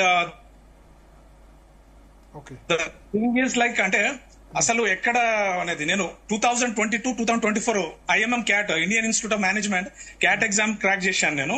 so recently I have like short listed for IMM Kozhikode and I have attended for the interview also. In the year 2022, because of the group 1 notification, because I lost the attempts at UPSC. So what I did, I appeared for like I thought that it is a blessing for me. Like మన Telangana state కి మనం service చేయొచ్చు అనే ఉద్దేశంలో నేను cat exam ని వదులుకొని నేను IMM Kozhikode అవి వచ్చినా కూడా నేను వెళ్ళలేదు. అంటే ఇంటర్వ్యూ కూడా అటెండ్ కాలేదు నేను. ఎందుకంటే మన రాష్ట్రంలో మనకు అవకాశం వచ్చింది, సో మనం సర్వీస్ చేయొచ్చు కొంత ఏదైతే నాలెడ్జ్. నేను Hyderabad public school Ramanthapur student sir. నేను I was the head boy of the school. Total marks వచ్చాయి సార్. టోటల్ మార్క్స్ వచ్చేస్తే అసలు చాలా దరిద్రం సార్. 352 వేశారు. ఎస్ఏలో 41.5 మార్క్స్ వేశారు. 352 మార్క్స్ అంటే అసలు అంటే నాకు ఒకటి ఎస్ ఇంకా అర్థమైంది. ఎస్ జైల్ సింగ్ గారు, ఒకటి మనం తెలంగాణ విఠల్ గారు, మానవతారాయ్ గారు అండ్ అశోక్ గారు, ఇప్పుడు 2-3 ఇష్యూస్ నాకు అర్థమైంది. ఒకటి ఏంటంటే ఈ డిస్క్రిప్టివ్ టైప్ ఎగ్జామ్ వాల్యుయేషన్ చేసేటప్పుడు దాన్ని ఒక్కొక్కళ్ళు ఒక్కో విధంగా ఎక్స్పెక్టేషన్ ఉంటుంది. భావ వ్యక్తీకరణ వాల్యుయేషన్ ఇప్పుడు ఆబ్జెక్టివ్ అనుకోండి, 100కి ఇన్ని మార్కులు అంటే ABCD ఆన్సర్ ఉంటుంది, అది కరెక్ట్. అది మెమరీ టెస్ట్. ఈ డిస్క్రిప్టివ్ సంబంధించి అది ఒక పేపర్ ఒకళ్ళు దిద్దితే ఒక విధంగా మార్కులు వేస్తారు, ఇంకోళ్ళు దిద్దితే ఇంకో విధంగా వేస్తారు. 100కు 100% కరెక్ట్ గా ఇద్దరు దిద్దిన వాళ్ళు వేరు. అసాధ్యం కూడా. సో ఇప్పుడు గ్రూప్ 1 లో కూడా మెయిన్స్ లో సరే యూపీఎస్సీకి సంబంధించి ఎటువంటి పెద్ద ఆరోపణలు లేవు. ఈ విధంగా ఈ డిస్క్రిప్టివ్ కాకుండా ఆబ్జెక్టివ్ టైప్ పెడితే ఉన్న ప్రాబ్లమా? అప్పుడు ఇటువంటి ఇష్యూస్ రావు కదా. అది యాక్చువల్ గా మన పరిధి కాదు, అది యూపీఎస్సీ వాళ్ళను టీఎస్పీఎస్సీ వాళ్ళు చూడాలి. ఇక్కడ మన పరిధి అంటే రాష్ట్ర ప్రభుత్వం అసలు ఫస్ట్ వీళ్ళు చేసిన తప్పేందంటే ఒక గ్రూప్ 1 స్థాయి అధికారి సెలెక్షన్ చేయాలంటే సబ్జెక్ట్ నాలెడ్జ్ తో పాటు ఇంటెలిజెన్స్, ఎమోషనల్ కోషెంట్ ఉండాలి. ఇప్పుడు నేనున్న ఐఐటి మ్యాథ్స్ లో నాకు 99% రావచ్చు, ఐఐటి ఖరగ్పూర్ లో నేను ఇంజనీర్ కావచ్చు. నేను అంత టాప్ అయినా కూడా ఒక ఆర్డీఓగా, ఒక పోలీస్ అధికారిగా, ఒక జిల్లా స్థాయి అధికారిగా పనిచేయాలంటే అతని యొక్క మానసిక సామర్థ్యం సెలెక్ట్ చేయాలి. ఇంటర్వ్యూ కూడా ఒక్క నిమిషం భరత్ గారు మీరు సైంటిఫిక్ గా డిస్కస్ చేయండి. యూపీఎస్సీ అనేది ఎందుకు ఇంటర్వ్యూస్ పెడుతుంది, భారతదేశంలో ఉన్న అన్ని బోర్డ్స్ ఎందుకు ఇంటర్వ్యూస్ పెడుతున్నాయి? ఇంటర్వ్యూ అంటే ఇంటర్నల్ వ్యూ, నా యొక్క మానసిక సామర్థ్యంతో పాటు నా డెసిషన్ వ్యతిరేకించే 1,00,000 మంది ఉండొచ్చు సార్. ఒక జిల్లా అధికారిగా నేను ఆర్డీఓగా, డిఎస్పీగా ఫైరింగ్ ఆర్డర్ ఇవ్వాలి సార్. భరత్ గారు ఒక నిమిషం, మనం జర్నలిస్టులం. నేను ఇప్పుడు ఆర్డీఓగా ఉంటా, ముదిగొండలో కాల్పుల ఇష్యూ జరిగినప్పుడు ఒక ఆర్డీఓ ఫైరింగ్ ఇయ్యాలా వద్దా అనే డెసిషన్ ఒక ఆర్డీఓ తీసుకుంటాడు. ఒక ఎలక్షన్ రీకౌంటింగ్ లో ఒక డిఎస్పీ, ఆర్డీఓ కీలకం.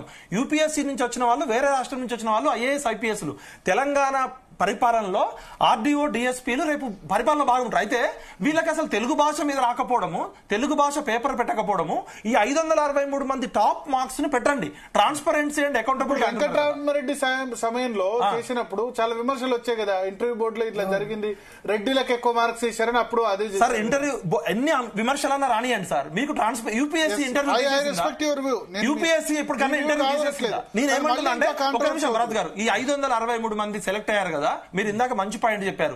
రాని వాళ్ళు ప్రతి ఒక్కళ్ళు కూడా నాకు అన్యాయం జరిగిందనే మానసిక భావన ఉంటారు.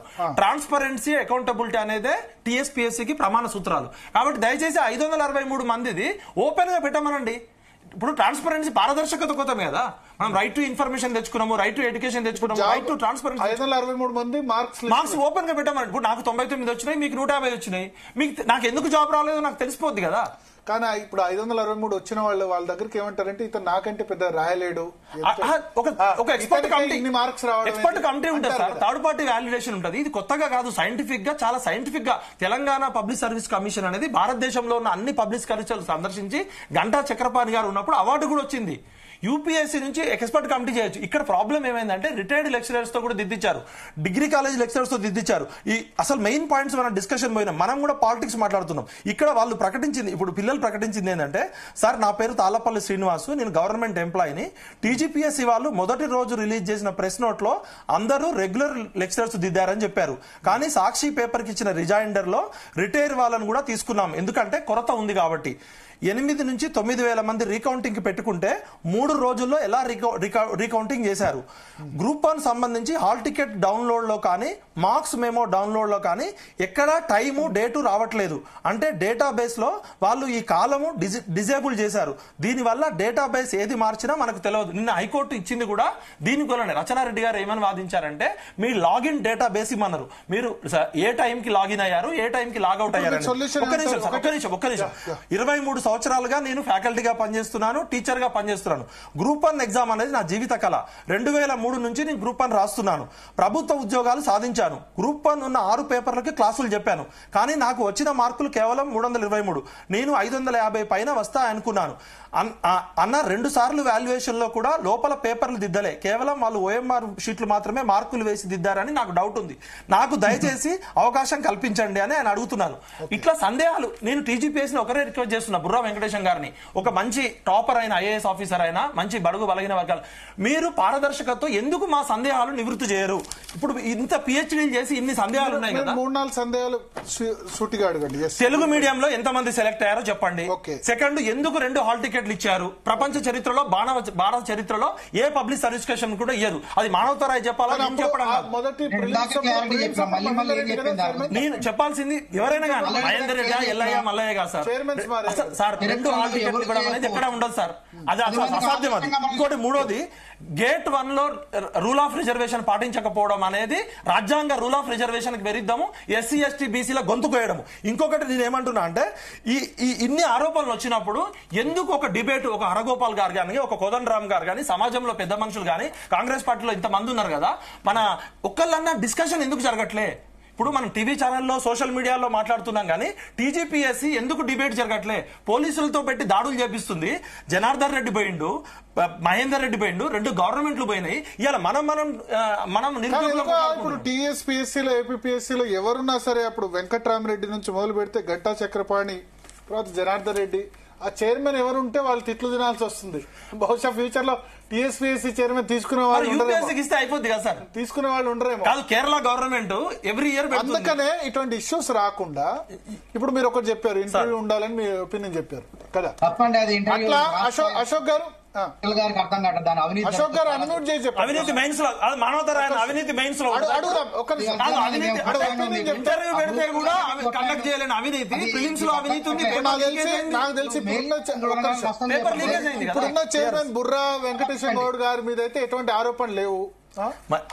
మహేందర్ రెడ్డి జనార్దన్ రెడ్డి ఉన్నప్పటి నుంచే వచ్చింది సార్. హానెస్ట్ ఆఫీసర్ గానే సంవత్సర కాలం ఉన్న మహేందర్ రెడ్డిని ఎందుకు పట్టుకొచ్చారు ఫస్ట్ అసలు అది చెప్పండి. అసలు మహేందర్ రెడ్డి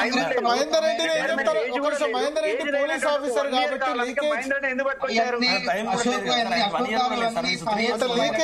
లీకేజ్ కి సంబంధించి కాకుండా పోలీస్ ఆఫీసర్ కాబట్టి ఐడెంటిఫై చేస్తారు. లీకేజ్ అయిన ఏం బీకారు? లీకేజ్ అయిన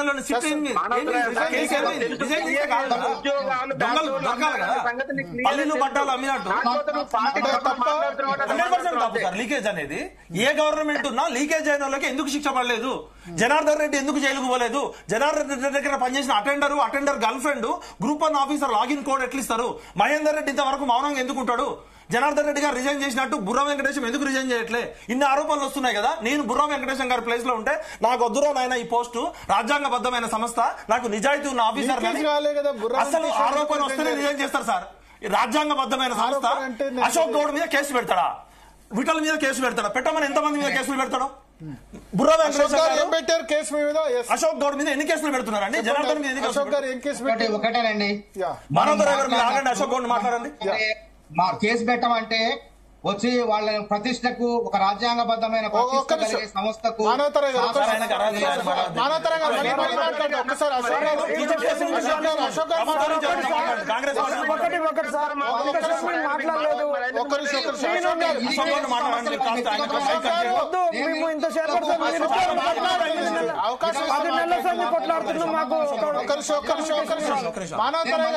స్టాప్. అశోక్ గారు ఎవరికి అవకాశం ఇస్తే వాళ్ళు మాట్లాడండి. ఒక్క నిమిషం. ఎస్, అశోక్ గారు వినబడుతుందా? అశోక్ గారు వినబడుతుందా? వినబడుతుంది సార్. ఒకటి, ఇప్పుడు మీ మీద కేసు అన్నారు ఒకటి, రెండోది నేను కూడా విన్నాను మీరు కోచింగ్ సెంటర్ కాబట్టి మళ్ళీ ఎగ్జామ్ జరుగుతుంది, మీకు లాభం జరుగుతున్న ఉద్దేశంతో పదే పదే ఈ విధంగా చేస్తున్నారని వాళ్ళ ఆరోపణ గుప్పించారు. దీనికి మీ సమాధానం ఏంటి? ఒకటి సార్, ఇప్పుడు తెలుగు మీడియం వాళ్ళకి అన్యాయం జరుగుతుందని కొట్లాడుతున్నా. తెలుగు మీడియంకి అన్యాయం జరిగిందంటే మళ్ళీ తెలుగు మీడియంలో కోచింగ్ తీసుకున్నాడా? ఇప్పుడు నేను తెలుగు మీడియం కొట్లాడితే నా మీద కూడా నాకడ జాయిన్ అవుతాడా? ఎవరు జాయిన్ కాడు కదా. నేను ఎక్కడైతే బాధితుల పక్షాన్ని లేవడం కొట్లాడుతున్నా అంతే. చెప్పండి అశోక్ గారు. ఎస్, నేను ఇప్పుడు తెలుగు మీడియంలో నా దగ్గర తెలుగు మీడియం తో పాటు ఇంగ్లీష్ మీడియం పిల్లలు కూడా కోచింగ్ తీసుకున్నారు. వాళ్ళ నా క్లాసులోనే తెలుగు మీడియంలోనే క్లాస్ విన్నారు. కానీ ఇంగ్లీష్ మీడియంలో రాస్తే వాళ్ళకి మార్కులు వచ్చినాయి, తెలుగు మీడియంలో రాస్తే మార్కులు రాలేదు. నేను తెలుగు మీడియం ఇట్లా అన్యాయం జరిగిందంటే నెక్స్ట్ కోచింగ్ తీసుకుంటే ఎవడున్నాడు? మరి అట్లాంటే నేను కానిస్టేబుల్ పిల్లల తరఫున కొట్లాడి నా దగ్గర కానిస్టేబుల్ కోచింగ్ లేదు, గురుకులాల పిల్లల కోసం కొట్లాడి నా దగ్గర గురుకుల కోచింగ్ లేదు. అంటే ఏ సమస్య ఉన్నా 4-5 ఏళ్లుగా నేను మాట్లాడుతున్నా. టీఆర్ఎస్ గవర్నమెంట్ నా పైన 12 కేసులు పెట్టింది. ఇవాళ కాంగ్రెస్ అంతకంటే ఘోరంగా నా మీద అరెస్టుకు నాకు వీళ్ళను అంటే కోర్టుకు పోయి అశోక్ కుమార్ అరెస్ట్ చేయడానికి మాకు పర్మిషన్ ఇవ్వని పోలీసులు రిక్వెస్ట్ చేశారు. ఇది ఎక్కడ గత గవర్నమెంట్ లో కనపడదా? మానవతరాన్ని అరెస్ట్ చేయడం కోసం కోర్టుకు పోయి రావాలేమన్నా పోలేదు కదా. మానవతరాయి కూడా కొట్లాడిండు. మానవతరాయి మీద కేసులు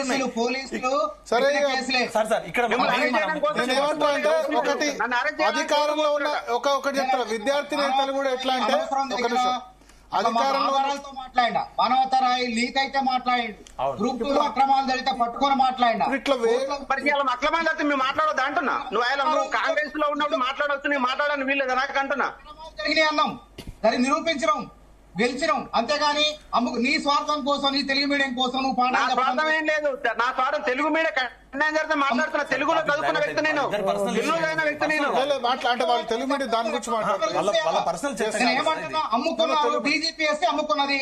ఎట్లా అమ్ముకున్నది, ఏంది, సాక్ష్యాలు ఏంటి చెప్తున్నా కదా. ఒకే సెంటర్లో 74 మంది సెలెక్ట్ అయ్యారని చెప్తున్నాం కదా. ఒకే సెంటర్ 74 మంది ఎక్కడ వచ్చిరా? అమ్మాయిల సపరేట్ సెంటర్లు పెట్టిరు ఎక్కడన్నా ఇప్పటి వరకు? కాదు, మీడియాలో మాట్లాడి అశోక్ గారు ఒక్క నిమిషం, మానవతరాయ్ గారు ఉమ్మడి రాష్ట్రంలో ఎగ్జామ్ పెట్టిరా, సపరేట్ సెంటర్లు కేటాయించిరా? ఎక్కడ కేటాయించలేదు. నేను 2-3 ప్రశ్నలు. ఒక్క నిమిషం మానవతరాయ్ గారు, ఒక్క నిమిషం ఆపండి. అశోక్ గారు ఒకటి అశోక్ గారు ఇప్పుడు నెక్స్ట్ మానవతరాయ్ గారు ఒక్క నిమిషం మ్యూట్. అశోక్ గారు మీరిద్దరు మాట్లాడు. ఒక్క నిమిషం అశోక్ గారు, నేను అడిగే వాటికి జవాబు చెప్పండి. ఒక్క నిమిషం మానవతరాయ్ గారు, మీ దగ్గరికి మళ్ళీ వస్తాను. మ్యూట్.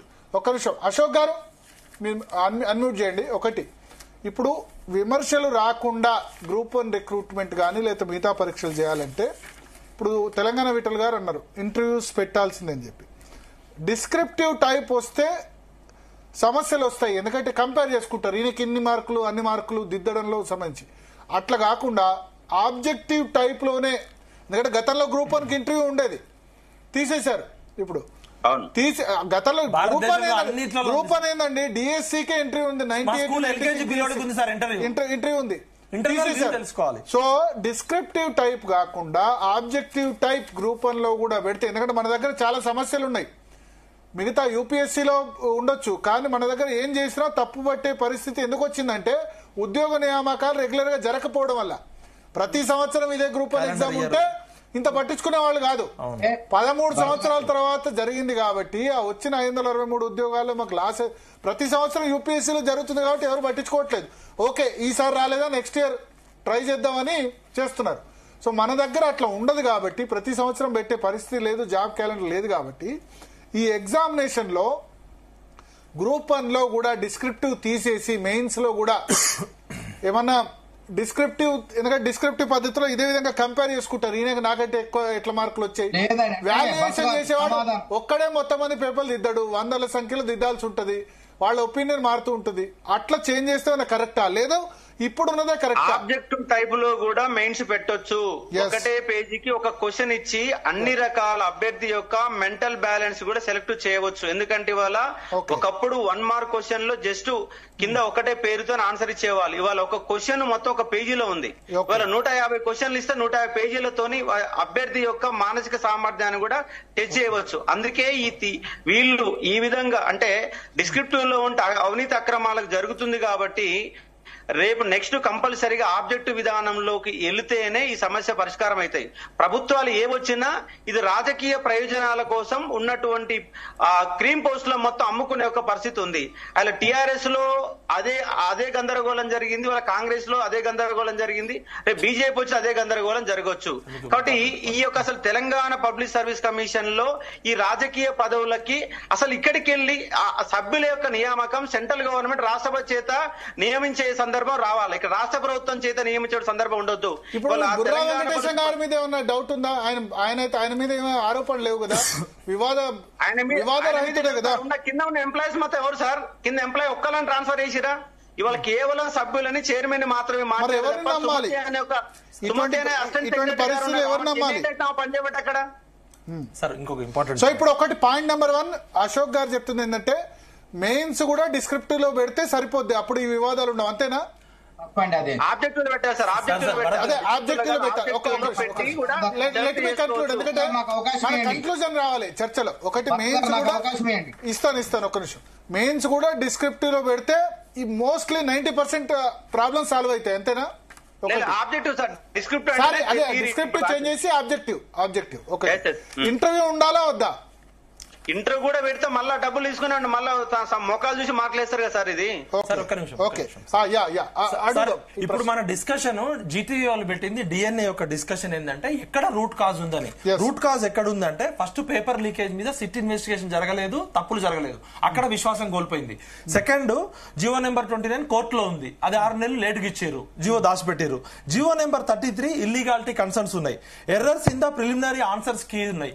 తెలుగు అకాడమీ ప్రామాణికం అని చెప్పి మేము చిన్నప్పటి నుంచి, నేను కూడా సార్ నేను జర్నలిజం లో పిహెచ్డి చేసిన, ఒక ఇంటర్నేషనల్ డిగ్రీ పబ్లిక్ పాలసీలో చదివిన, ఒక జర్నలిజం ప్రొఫెసర్ గా పనిచేసిన, నేను కూడా తెలుగు భాషలో రాసినంత ఇంగ్లీష్ లో రాయలేను. అట్లాంటిది తెలుగు అకాడమీ పుస్తకాలు ప్రామాణికం అని చెప్పి మేము చదువుకున్న మాలాంటి రూరల్ అభ్యర్థులకి ఇవాళ వికీపీడియా గూగుల్ చెప్పడమే తప్పు. నేను ఇక్కడ ఏమంటున్నా అంటే ఇప్పటికైనా బుర్రా వెంకటేశం గారికి రిక్వెస్ట్ చేస్తున్నా, 40 లక్షల మంది నిరుద్యోగులకి నమ్మకం కోల్పోవద్దు వ్యవస్థల మీద. కాబట్టి మీరు ఒక ఎక్స్పర్ట్ కమిటీ వేయండి, థర్డ్ పార్టీ వ్యాలిడేషన్ చేయాలి. ఇలా మానవతరాయో నేనో మీరు గ్రూప్ మళ్ళీ నిర్వహించాలన్న డిమాండ్ సమంజసమేనా అంటే అవును అని 89% మెంబర్ చెప్తున్నారు. అంతే వస్తారండి, అసంతృప్తివాదులు ఎక్కువ ఉంటారు. అసంతృప్తి ఏమంటారు అంటే అసంతృప్తి వచ్చే వాళ్ళు 523 మందే ఉంటారు. సార్ భరత్ గారు, మరి మీరు కూడా ఇప్పుడు నేను అనేది బీఆర్ఎస్ ఆయనలో మీరు ఈ విధంగా డిమాండ్ చేసే వాళ్ళు అసంతృప్తివాదులు. ఇప్పుడు అసంతృప్తివాదులు సంతృప్తివాదులు అవుతున్నారు, సంతృప్తివాదులు అసంతృప్తివాదులు అవుతున్నారు.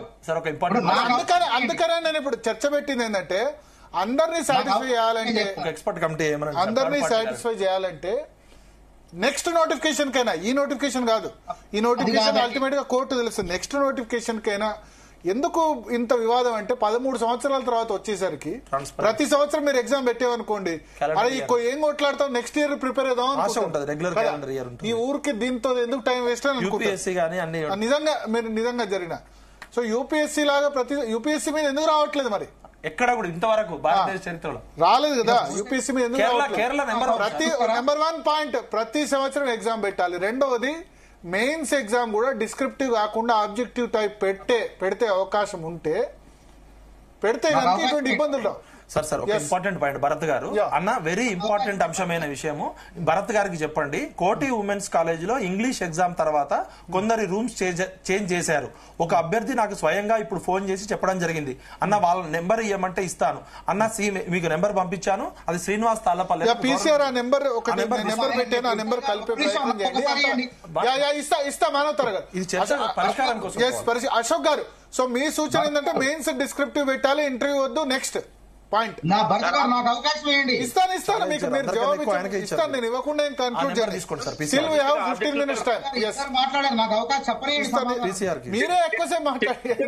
సిట్టింగ్ జడ్జి చేత ప్రజెంట్ ఉన్నటువంటి గ్రూప్ 1 పైన సిబిఐ ఎంక్వైరీ గానీ సిట్టింగ్ జడ్జి చేత ఎంక్వైరీ గానీ కంపల్సరీగా చేయాలా? చేయకపోతే ఈ యొక్క అక్రమాలు, ఎందుకంటే 563 ఉద్యోగాలు వీళ్ళంతా కాబోయే కలెక్టర్లు, కాబోయే ఎస్పీలు, రాష్ట్ర భవిష్యత్తు మొత్తం వాళ్ళ చేతుల్లో ఉంటది కాబట్టి అనర్హులకు రావడానికి అవకాశం లేదు. బట్ సిట్టింగ్ జడ్జి చేత ఎంక్వైరీ చేసి దీనిపైన వాస్తవాలను నిగ్గు తెలిసి అవసరమైతే మళ్ళీ ఎగ్జామ్ పెట్టాలనేది మా యొక్క ప్రధాన డిమాండ్. మానవతరాయ్ గారు చెప్పమంటారా? మానవతరాయ్ గారు, ఇప్పుడు ఏంటంటే గ్రూప్ 1 ఎగ్జామ్ అనేది 2 దశల్లో జరుగుతుంది. సివిల్స్ ప్రామాణికంగా జరుగుతుంది. యూనియన్ పబ్లిక్ సర్వీస్ కమిషన్ ఆధారంగా రాజ్యాంగబద్ధ సంస్థ, ఇది కూడా రాజ్యాంగబద్ధ సంస్థ. ఒక వ్యక్తి సామర్థ్యాన్ని వడపోతలు ఫిలిమ్స్ లో వడపోసిన తర్వాత ఇంకా వాళ్ళని సానబట్టి, ఎందుకంటే వాళ్ళు భవిష్యత్తులో సివిల్ సర్వెంట్ అధికారులు అవుతారు, వాళ్ళు ఐఏఎస్ లు అవుతారు, ఐపీఎస్ లు అవుతారు, వాళ్ళు కన్ఫర్డ్ ఐఏఎస్ లు అంటారు. కాబట్టి అట్లాంటి వాళ్ళని ఎంట్రీ చేయాలంటే రాత పరీక్ష ఉండాలి, డిస్క్రిప్ట్ ఉండాలి. మరి ఇప్పుడు ఇదివరకు ఇంటర్వ్యూ ఉండదు, అడ్డుపడతారు. ఒక్క నిమిషం, అక్కడ చెప్పని అడ్డుపాటు కాదు, ఒక్క నిమిషం. మీరు అనేది సివిల్స్ కి సంబంధించి ఇంటర్వ్యూ ఉంది, ఇక్కడ లేదు ఇంటర్వ్యూ. మీరు రూల్స్ దాని గురించి చేంజ్ చేసినప్పుడు యూపీఎస్సీ సమస్య వస్తుంది కదా, సమస్య వచ్చినప్పుడు అభ్యర్థులు ఎవరు హ్యాపీగా లేరు కదా. యూపీఎస్సీ లాగా పెడితే మొత్తం యూపీఎస్సీ లాగా పెట్టండి, సగం పెట్టి సగం పెట్టకపోవడం. తప్పులు జరిగిన ఇంటర్వ్యూ ఎందుకు వస్తున్నాం?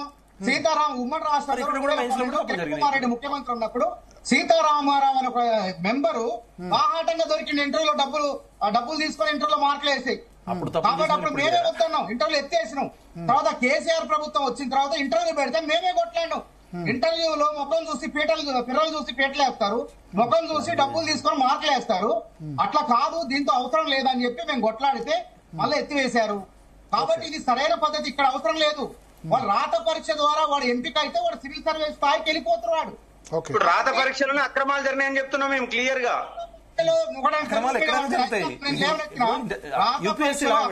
జరిగేదనే తప్పు. ఇది వీళ్ళ స్వార్థం కోసం మాట్లాడుతున్నారు. కోచింగ్ సెంటర్లు తెలుగు మీడియంలో కోచింగ్ ఇస్తాయి కాబట్టి ఇప్పుడు చదివే వాళ్ళందరూ కూడా ఇంగ్లీష్ మీడియం కాబట్టి తెలుగు మీడియం రాసే వాళ్ళు తక్కువయ్యారు కాబట్టి వీళ్ళ స్వార్థం కోసం ఈ వాదన పట్టకొస్తున్నారు. ఇది తప్పు. వీళ్ళ స్వార్థం కోసం నిరుద్యోగులు బలి చేయకండి దయచేసి. అట్లంటే సివిల్ సర్వీస్ అభ్యర్థి ఫోన్ లైన్ లో ఉన్నారు. ఒక్క నిమిషం మానవతారాయ్ గారు, అశోక్ గారు, ఒక అభ్యర్థి ఒక అభ్యర్థి ఫోన్ లైన్ లో సిద్ధంగా ఉన్నారు. ఆమె ఏమంటారంటే కోటి ఉమెన్స్ కాలేజీలో కూడా చేంజ్ చేశారు రూమ్ మధ్యలో ఎగ్జామ్ సెంటర్ లో అని చెప్తున్నారు. ఎస్, మీ పేరమ్మా చెప్పండి. యా చెప్పండి, గట్టిగా మాట్లాడు.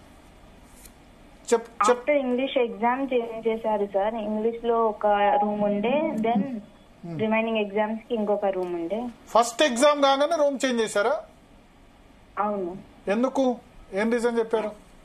ఆ రీజన్ ఏం అడగలేదు, వాళ్ళు చెప్పలేదు. ఓకే, బట్ ఇప్పుడు మీరు రాసిన ఎగ్జామ్ సెంటర్ లో ఎంతమంది రాశారమ్మా? మొత్తం కోటి విమెన్స్ కాలేజ్ లోనా? కోటి విమెన్స్ కాలేజ్ ఎంతమంది రాశారు? 700 చేంజ్ రాశారు. ఓకే, సో ఇప్పుడు ఫస్ట్ ఎగ్జామ్ మీరు ఇంగ్లీష్ లో రాసిన రూమ్ వేరు, తర్వాత మిగతా ఎగ్జామ్స్ కి మాత్రం వేరు. అప్పుడే అడగలేదా మీరు ఎందుకు రూమ్ చేంజ్ చేశారని? మేబీ అందరికి అలానే చెయ్యొచ్చు అని అడగలేదు. అందరికి చేంజ్ చేయలేదా మరి? అందరికి ఐడియా లేదు సార్, నాది అయితే చేంజ్ అయింది. ఓకే ఓకే, ఫస్ట్ టైం అప్పుడు మీరు రాసినప్పుడు ఎంతమంది ఉండే మీ రూమ్ లో ఇంగ్లీష్ ఎగ్జామ్? యావరేజ్ గా 25 మేబీ. 25 రూమ్ లో. అంటే ప్రతి బెంచ్ లో ఇద్దరు కూర్చునే వాళ్ళ, బెంచ్ ఒక్కళ్ళ, ఎట్లా ఉండేది అది? ఇద్దరు, బెంచ్ ఇద్దరు. ఓకే, ఆ ఇద్దరు. ఓకే, అప్పుడు మరి ఇంగ్లీష్ ఎగ్జామ్ రాసినప్పుడు ఏమన్నా అంటే మీకు కాపీయింగ్ అట్లా ఏమైనా కనిపించింది? ఒకళ్ళు మాట్లాడుకోవడం అట్లా జరిగిందా? లేదు లేదు లేదు, స్ట్రిక్ట్ గానే కండక్ట్ చేశారు. స్ట్రిక్ట్ గా కండక్ట్ చేశారు. ఓకే, బట్ ఇంగ్లీష్ ఎగ్జామ్ తర్వాత మాత్రం చేంజ్ చేశారు. ఓకే, సో ఆ సెకండ్ టైం మళ్ళీ రూమ్ చేంజ్ చేసిన తర్వాత ఇంగ్లీష్ ఎగ్జామ్ తర్వాత ఎంతమంది ఉండేది ఆ రూమ్ లో? సేమ్ సార్, యావరేజ్ అన్ని రూమ్స్ లో సేమ్ కదా, 25 to 30 మేబీ. అంటే కొన్ని రూమ్స్ పెద్దగా ఉంటాయి, కొన్ని రూమ్స్ చిన్నగా ఉంటాయి కదా? అవును, కొన్ని హాల్స్ కూడా ఉంటాయి, కొన్ని హాల్స్ ఉండొచ్చు. తెలియదు సార్, మా రూమ్ అయితే 25. అయితే మీరు అప్పుడైతే అడగలేదు రూమ్ ఎందుకు చేంజ్ చేశారు ఇదని మాత్రం అడగలేదు? ఒక ఎగ్జామ్ ఒక రూమ్ లో రాశారు, మిగతా 4 ఎగ్జామ్స్, మొత్తం మిగతా 6 ఎగ్జామ్స్.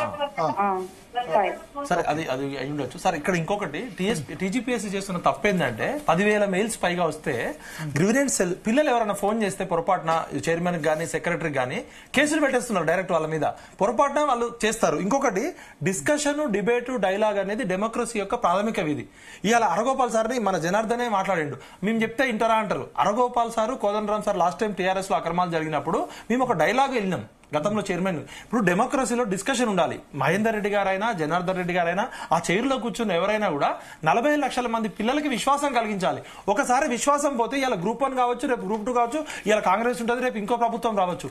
పిల్లలకి విశ్వాసం ఇప్పటికి 3 చనిపోయారు సార్ ఆత్మహత్యలు. మనం అందరం కలిసి చేయాల్సింది ఏంటంటే ఒక్కసారన్నా టీఎస్పీసీ చైర్మన్ తోటి మనం డిబేట్ పెడదాం. నవీన్ నికోల మానవతరాయ్ అన్న నువ్వు ఇనిషియేటివ్ తీసుకో, రేపే మనం పోదాము, మనకున్న సందేహాలన్నీ వాళ్ళ ముందు చెప్దాం. మనం తప్పని ప్రూవ్ చేయండి. విఠల్ మాట్లాడేది తప్పు, నిరంజన్ జనార్దన్ మాట్లాడేది తప్పు, అశోక్ మాట్లాడేది తప్పు అని చెప్పండి. పోలీసు కేసులు ఎంతమంది మీద పెడతారు? 40 లక్షల మంది పోలీసు కేసులు పెడతారా? ఇవాళ గ్రూప్ 1 అయింది, రేపు ప్రశ్నిస్తే కేసులు పెడతారా? ఇప్పుడు రాహుల్ గాంధీ గారు, సోనియా గాంధీ గారు చెప్పింది ఏంది? ప్రజాస్వామ్యము, ప్రజాపాలన అన్నారు కదా. ప్రశ్నే ప్రజాస్వామ్యం, ప్రశ్నే నాగరికత. మానవతారాయ్ గారు అయినా, ఇంతకు ముందు వచ్చిన బల్మూరి వెంకట అయినా, నేను రేవంత్ రెడ్డి అన్న కూడా తప్పుదో పట్టిస్తున్నారు కొంతమంది అధికారులు. అవగాహన ఉండాలి. దయచేసి ఇప్పటికైనా ఒక థర్డ్ పార్టీ ఎక్స్పర్ట్ కమిటీ వేయండి, ఈ సందేహాలు నివృత్తి చేయండి. మా ఇంటికి రోజు 100 మంది నిరుద్యోగులు వస్తున్నారు. రేవంత్ రెడ్డి చాలా ఫాస్ట్ గా రిక్రూట్మెంట్ కండక్ట్ చేయాలి, సంవత్సరాల తరబడి జరగొద్దన్న ఫాస్ట్ గా చేయండి, కానీ తప్పులు చేయకండి. ఒక్క డిఎస్సీ అయినా ఇవైనా సార్, రేవంత్ రెడ్డి గారు ఫాస్ట్ గా చేయాలనే దానికి హ్యాట్స్ ఆఫ్, కానీ ఫాస్ట్ గా తప్పులు చేసి 563 మంది డిఎస్పీలని, ఆర్డీఓలని 30 సంవత్సరాల పాటు తప్పుడు నిర్ణయాలు చేయకండి. ఒక్కళ్ళకి కూడా అనర్హత లేని వాళ్ళకి ఉద్యోగం రావద్దు, అర్హత ఉన్న వాళ్ళకే రావాలి. సార్, నేను వాళ్ళ లెక్క నేను అబద్ధాలు మాట్లాడను. చాలా టెక్నికల్ గా మాట్లాడతా. నేను మాట్లాడేది వీళ్ళు సమాధానం చెప్పగలగాలి. ఏంటంటే ఇప్పుడు ఆ చెల్లి ఆ సిస్టర్ ఒక మాట చెప్పింది, మాకు రూమ్ చేంజ్ చేసిర్రు నెక్స్ట్ తర్వాత అన్నారు. రూమ్ కి ఎట్టుంటుంది సార్ అంటే ఎప్పుడైనా కానీ రూమ్ లో మనకి ఈవెన్ నెంబర్ లో ఇవ్వాలన్నమాట. ఈవెన్ నెంబర్లు ఇచ్చినప్పుడు మనకు సిట్టింగ్ అరేంజ్మెంట్ ప్యాటర్న్ ఉంటుంది. ఇప్పుడు మనకి ఇక్కడ చూస్తున్నాం చూడండి సార్, ఇట్లా ఇచ్చినాక మళ్ళీ ఇట్లా పోవాలి, ఇట్లా పోయినాక మళ్ళీ ఇట్లా రావాలి, యూ ప్యాటర్న్ రావాలన్నమాట. వాళ్ళు ఫస్ట్ ఇంగ్లీష్ లో ఒక ప్యాటర్న్ తీసుకున్నప్పుడు, రూమ్ సిట్టింగ్ అరేంజ్మెంట్ ప్యాటర్న్ తీసుకున్నప్పుడు నెక్స్ట్ ప్యాటర్న్ ఎట్లా వచ్చింది, ఇట్లా ఇట్లా వేసుకుంటూ వచ్చి మళ్ళీ ఎమ్మటే ఇక్కడ కట్ అయిన వాళ్ళు ఇక్కడ ఇట్లా వచ్చిర్రా, ప్యాటర్న్ ఏ విధంగా చేంజ్ చేసి. ఒక్కటి డౌట్ జనార్దన్, ఇప్పుడు ఇది ఎస్ఎస్సి ఎగ్జామ్ అనుకోండి, ఇంటర్ ఎగ్జామ్ అనుకోండి, ఇది కాంపిటేటివ్ ఎగ్జామ్ వేరు, ఎస్ఎస్సీలో ఏంటంటే సరే పక్కోడు పాస్ అయినా మనకు నష్టం లేదని అనుకుంటుంది. ఏంటంటే నేను వేరే వాళ్ళకి చూపిస్తే ఎగ్జామ్ పక్క వాళ్ళకి చూపిస్తే వాళ్ళకి జాబ్ వస్తున్న ఉద్దేశంతో మోస్ట్లీ చూపించారని నేను అనుకుంటున్నాను కదా. ఎందుకంటే ఎవరికి జాబ్ వస్తే ఏందో తెలియదు కదా, మోస్ట్లీ చెప్పారని అనుకుంటాను. అదే ఇంటర్ అనుకోండి, ఇప్పుడు ఎంసెట్ ఎగ్జామ్ అనుకోండి, కాంపిటేటివ్ ఎగ్జామ్, లేకపోతే ఇది ఇంకా ఎంసెట్ కంటే కూడా ఇది పెద్ద జీవితం కదా సార్. ఇప్పుడు వాళ్ళు కోటి మెయిన్స్ గురించి అలిగేషన్స్ ఎందుకు వస్తున్నాయి సార్? ఎక్కడో చూపించడం అయితే జరగదని నేను అనుకుంటున్నాను. ఇప్పుడు సహేతుకత, లాజికల్ అండ్ రీజనింగ్, హేతుబద్ధత ఉండాలి. దయచేసి మనం జీటీవీ ద్వారా మన అందరం రిక్వెస్ట్ చేసేది ఏంటంటే ఒక్కసారి టీజీపీఎస్సీ లో ఒక డిబేట్ పెట్టమనండి. ఓపెన్ గా మేము ఇప్పుడు ఇన్ని కంప్లైంట్లు పట్టుకొని పోతాం, మేము వాదించేది తప్పు, విఠల్ చెప్పేది తప్పు అని చెప్పమనండి. మా సందేహాలు నివృత్తి చేయమని అడుగుతున్నాం. రేపే మానవతారాయ్ గారిని అపాయింట్మెంట్ తీసుకోమనండి, బల్మూరు వెంకట్ గారిని అపాయింట్మెంట్ తీసుకోమనండి. విద్యాశాఖ మంత్రి లేడు, సీఎం గారు కలవరు, 14 నెలలు 16 నెలలు అయింది, కనీసం 16 సెకండ్ల టైం ఇయ్యరు. ఇలా మనము కాంగ్రెస్ పార్టీ మానవతారాయ్ కాదు కదా సమస్య పరిష్కరించాల్సింది. మానవతారాయ్ కూడా స్టూడెంట్ లీడర్. మానవతారాయ్ గారు కన్క్లూడ్ చేయండి, అపాయింట్మెంట్ తీసుకోమని చెప్పండి. బీఆర్ఎస్ ప్రభుత్వానికి గ్రూప్ 1 పరీక్షలు గాని ఇతర పరీక్షలు పెట్టడం చేత కాలేదు, వాళ్ళు వైఫల్యం చెందారు. అధికారం ఇచ్చారు, యూనియన్ పబ్లిక్ సర్వీస్ కమిషన్ తో కూర్చొని, చైర్మన్ తో మెంబర్లతో కూర్చొని ఒక పారదర్శకంగా వేగవంతంగా దాదాపు 60,000 ఉద్యోగాలు ఇచ్చారు. ఈ గ్రూప్ 1 ఉద్యోగాలు కూడా 500 ఇక్కడ మనం ఎవరు మాట్లాడాలి? 29 అన్నారు, 55 అన్నారు, 55 వద్దు 29 అన్నారు.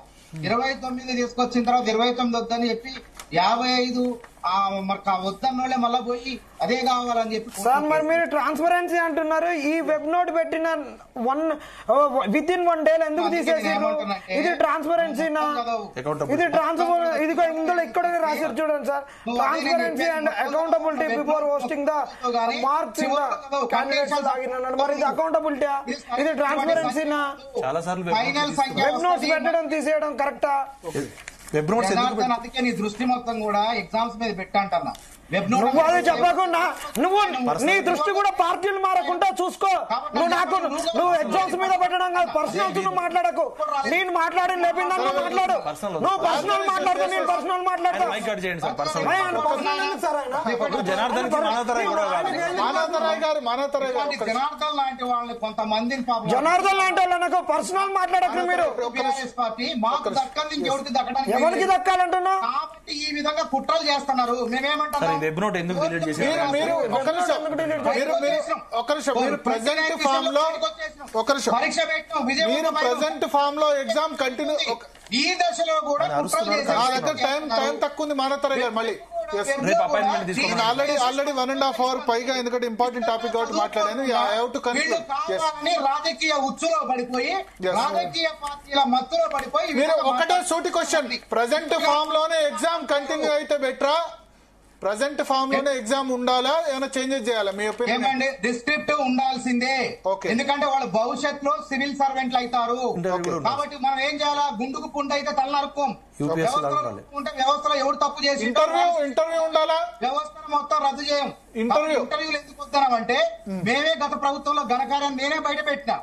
పోయి బాబు రాత పరీక్షలో మార్కులు ఎక్కువ వచ్చినాయి, ఇంటర్వ్యూలో ఎందుకు తప్పు వేసిన అయితే ఉత్సవ పోసుకోండి చెమట్లో పెట్టినాయని పట్టి దెబ్బకు మళ్ళీ మార్చేసి ఇది మా తప్పు కాదు, సెంటర్ ఫర్ గుడ్ గవర్నెన్స్ వాళ్ళు తప్పు అన్నాడు. మరి వాడి మీద శిక్షిస్తావా లేదా అని కూర్చున్న తర్వాత లేదు ప్రతిభావంతులుగా ఉద్యోగాలు లిస్ట్ మొత్తం చేంజ్ చేశారు.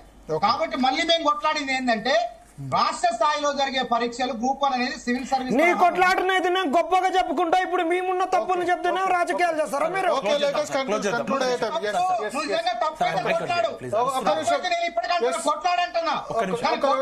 అశోక్ గారు నేను డైరెక్ట్ అడుగుతున్నా, ఈడబ్ల్యూఎస్ సర్టిఫికెట్స్ మీరు ఎందుకు వెరిఫై చెప్పేది అశోక్ గారు ఫైనల్ నిజంగా 30 seconds అశోక్ గారు. అంతేగాని తప్పులు ఇప్పుడు ఈడబ్ల్యూఎస్ గురించి మాట్లాడతాం. మీరు జీవితం చదువుకోమంటాను నేను సార్. మైకిల్ కట్ చేయండి. రాజకీయాలు చేస్తే చేయి, పండుగ వేసుకో సార్. ప్రధానంగా ఈ చర్చ యొక్క ఉద్దేశము, నేను తమ్ముడు మానవతరాన్ని రిక్వెస్ట్ చేస్తున్న అందరినీ, మనము టీజీపీఎస్సీ తో చర్చ జరపాల్సిందే. పదే పదే మనం రోడ్లు ఎక్కుతున్నాం, విద్యార్థుల మీద కేసులు పెడుతున్నారు. రీకౌంటింగ్, రీవెరిఫికేషన్, రీవాల్యుయేషన్ అనేది ప్రపంచ వ్యాప్తంగా ఎగ్జామ్స్ లో ప్రామాణికాలు. రీకౌంటింగ్ చేస్తే మార్కులు తగ్గుతున్నాయి, ఎగుతున్నాయి. హైకోర్టు నిన్న ఎందుకు ఆపింది? ఒక అమ్మాయికి అంతకన్నా ముందు ఎక్కువ మార్కులు వచ్చి తక్కువ మార్కులు వచ్చినాయని హైకోర్టు ఆపింది. సుప్రీంకోర్టు కూడా జియో నెంబర్ 29 లేటుకు వచ్చిరని చెప్పింది. రేవంత్ రెడ్డి గారు చేస్తున్న ప్రయత్నాన్ని అభినందిస్తూనే ఎవరికి కూడా అనర్హులకి రావద్దని చెప్తున్నా. ఒకసారి సుప్రీంకోర్టులో జియో నెంబర్ 29 పూర్తిగా కొట్టేసేదాకా ఆగండి. ఎందుకంత తొందర? ఇప్పుడు 32 కేసులు ఆల్రెడీ ఉన్నాయి. ఇంకోటి ఎస్టీ కేసు ఉంది, ఇంకో బాంబు పేలబోతుంది. ఎస్టీలకి 10% రిజర్వేషన్ ఇవ్వాల్సింది, 6% ఇవ్వాల్సింది 10% ఇచ్చారు. ఇంకా 10 కేసులు పెండింగ్ లో ఉన్నాయి సార్. ఇంత రాకముందే ఎందుకు అంత అడావుడి చేస్తున్నారు? వెబ్ నోట్లు ఎందుకు పెడుతున్నాడు, ఎందుకు తీశారు? నేను టీజీపీఎస్సీకి సూటిగా అడుగుతున్నా. నా దగ్గర అన్ని సందేహాలు, 2 బ్యాగులు ఉంటే డౌట్లు ఉన్నాయి. నాతో పాటు ఎక్స్పర్ట్ ఏది కూడా నా సొంతది కాదు సార్. నాకు అపాయింట్మెంట్ ఇప్పించండి జీటీవీ ద్వారా. భరత్ గారు మీరే మాట్లాడండి. బుర్ర వెంకటేశ్వర లేకపోతే మానవతారాయని బుర్ర వెంకటేశ్వర ఒకటి క్లియర్ గా చర్చ కంక్లూడ్ చేసే ముందు థ్యాంక్ యూ మానవతారాయ్ గారు, బల్మూరి వెంకట్ గారు, అదేవిధంగా అశోక్ గారు, తెలంగాణ విఠల్ గారు, జనార్దన్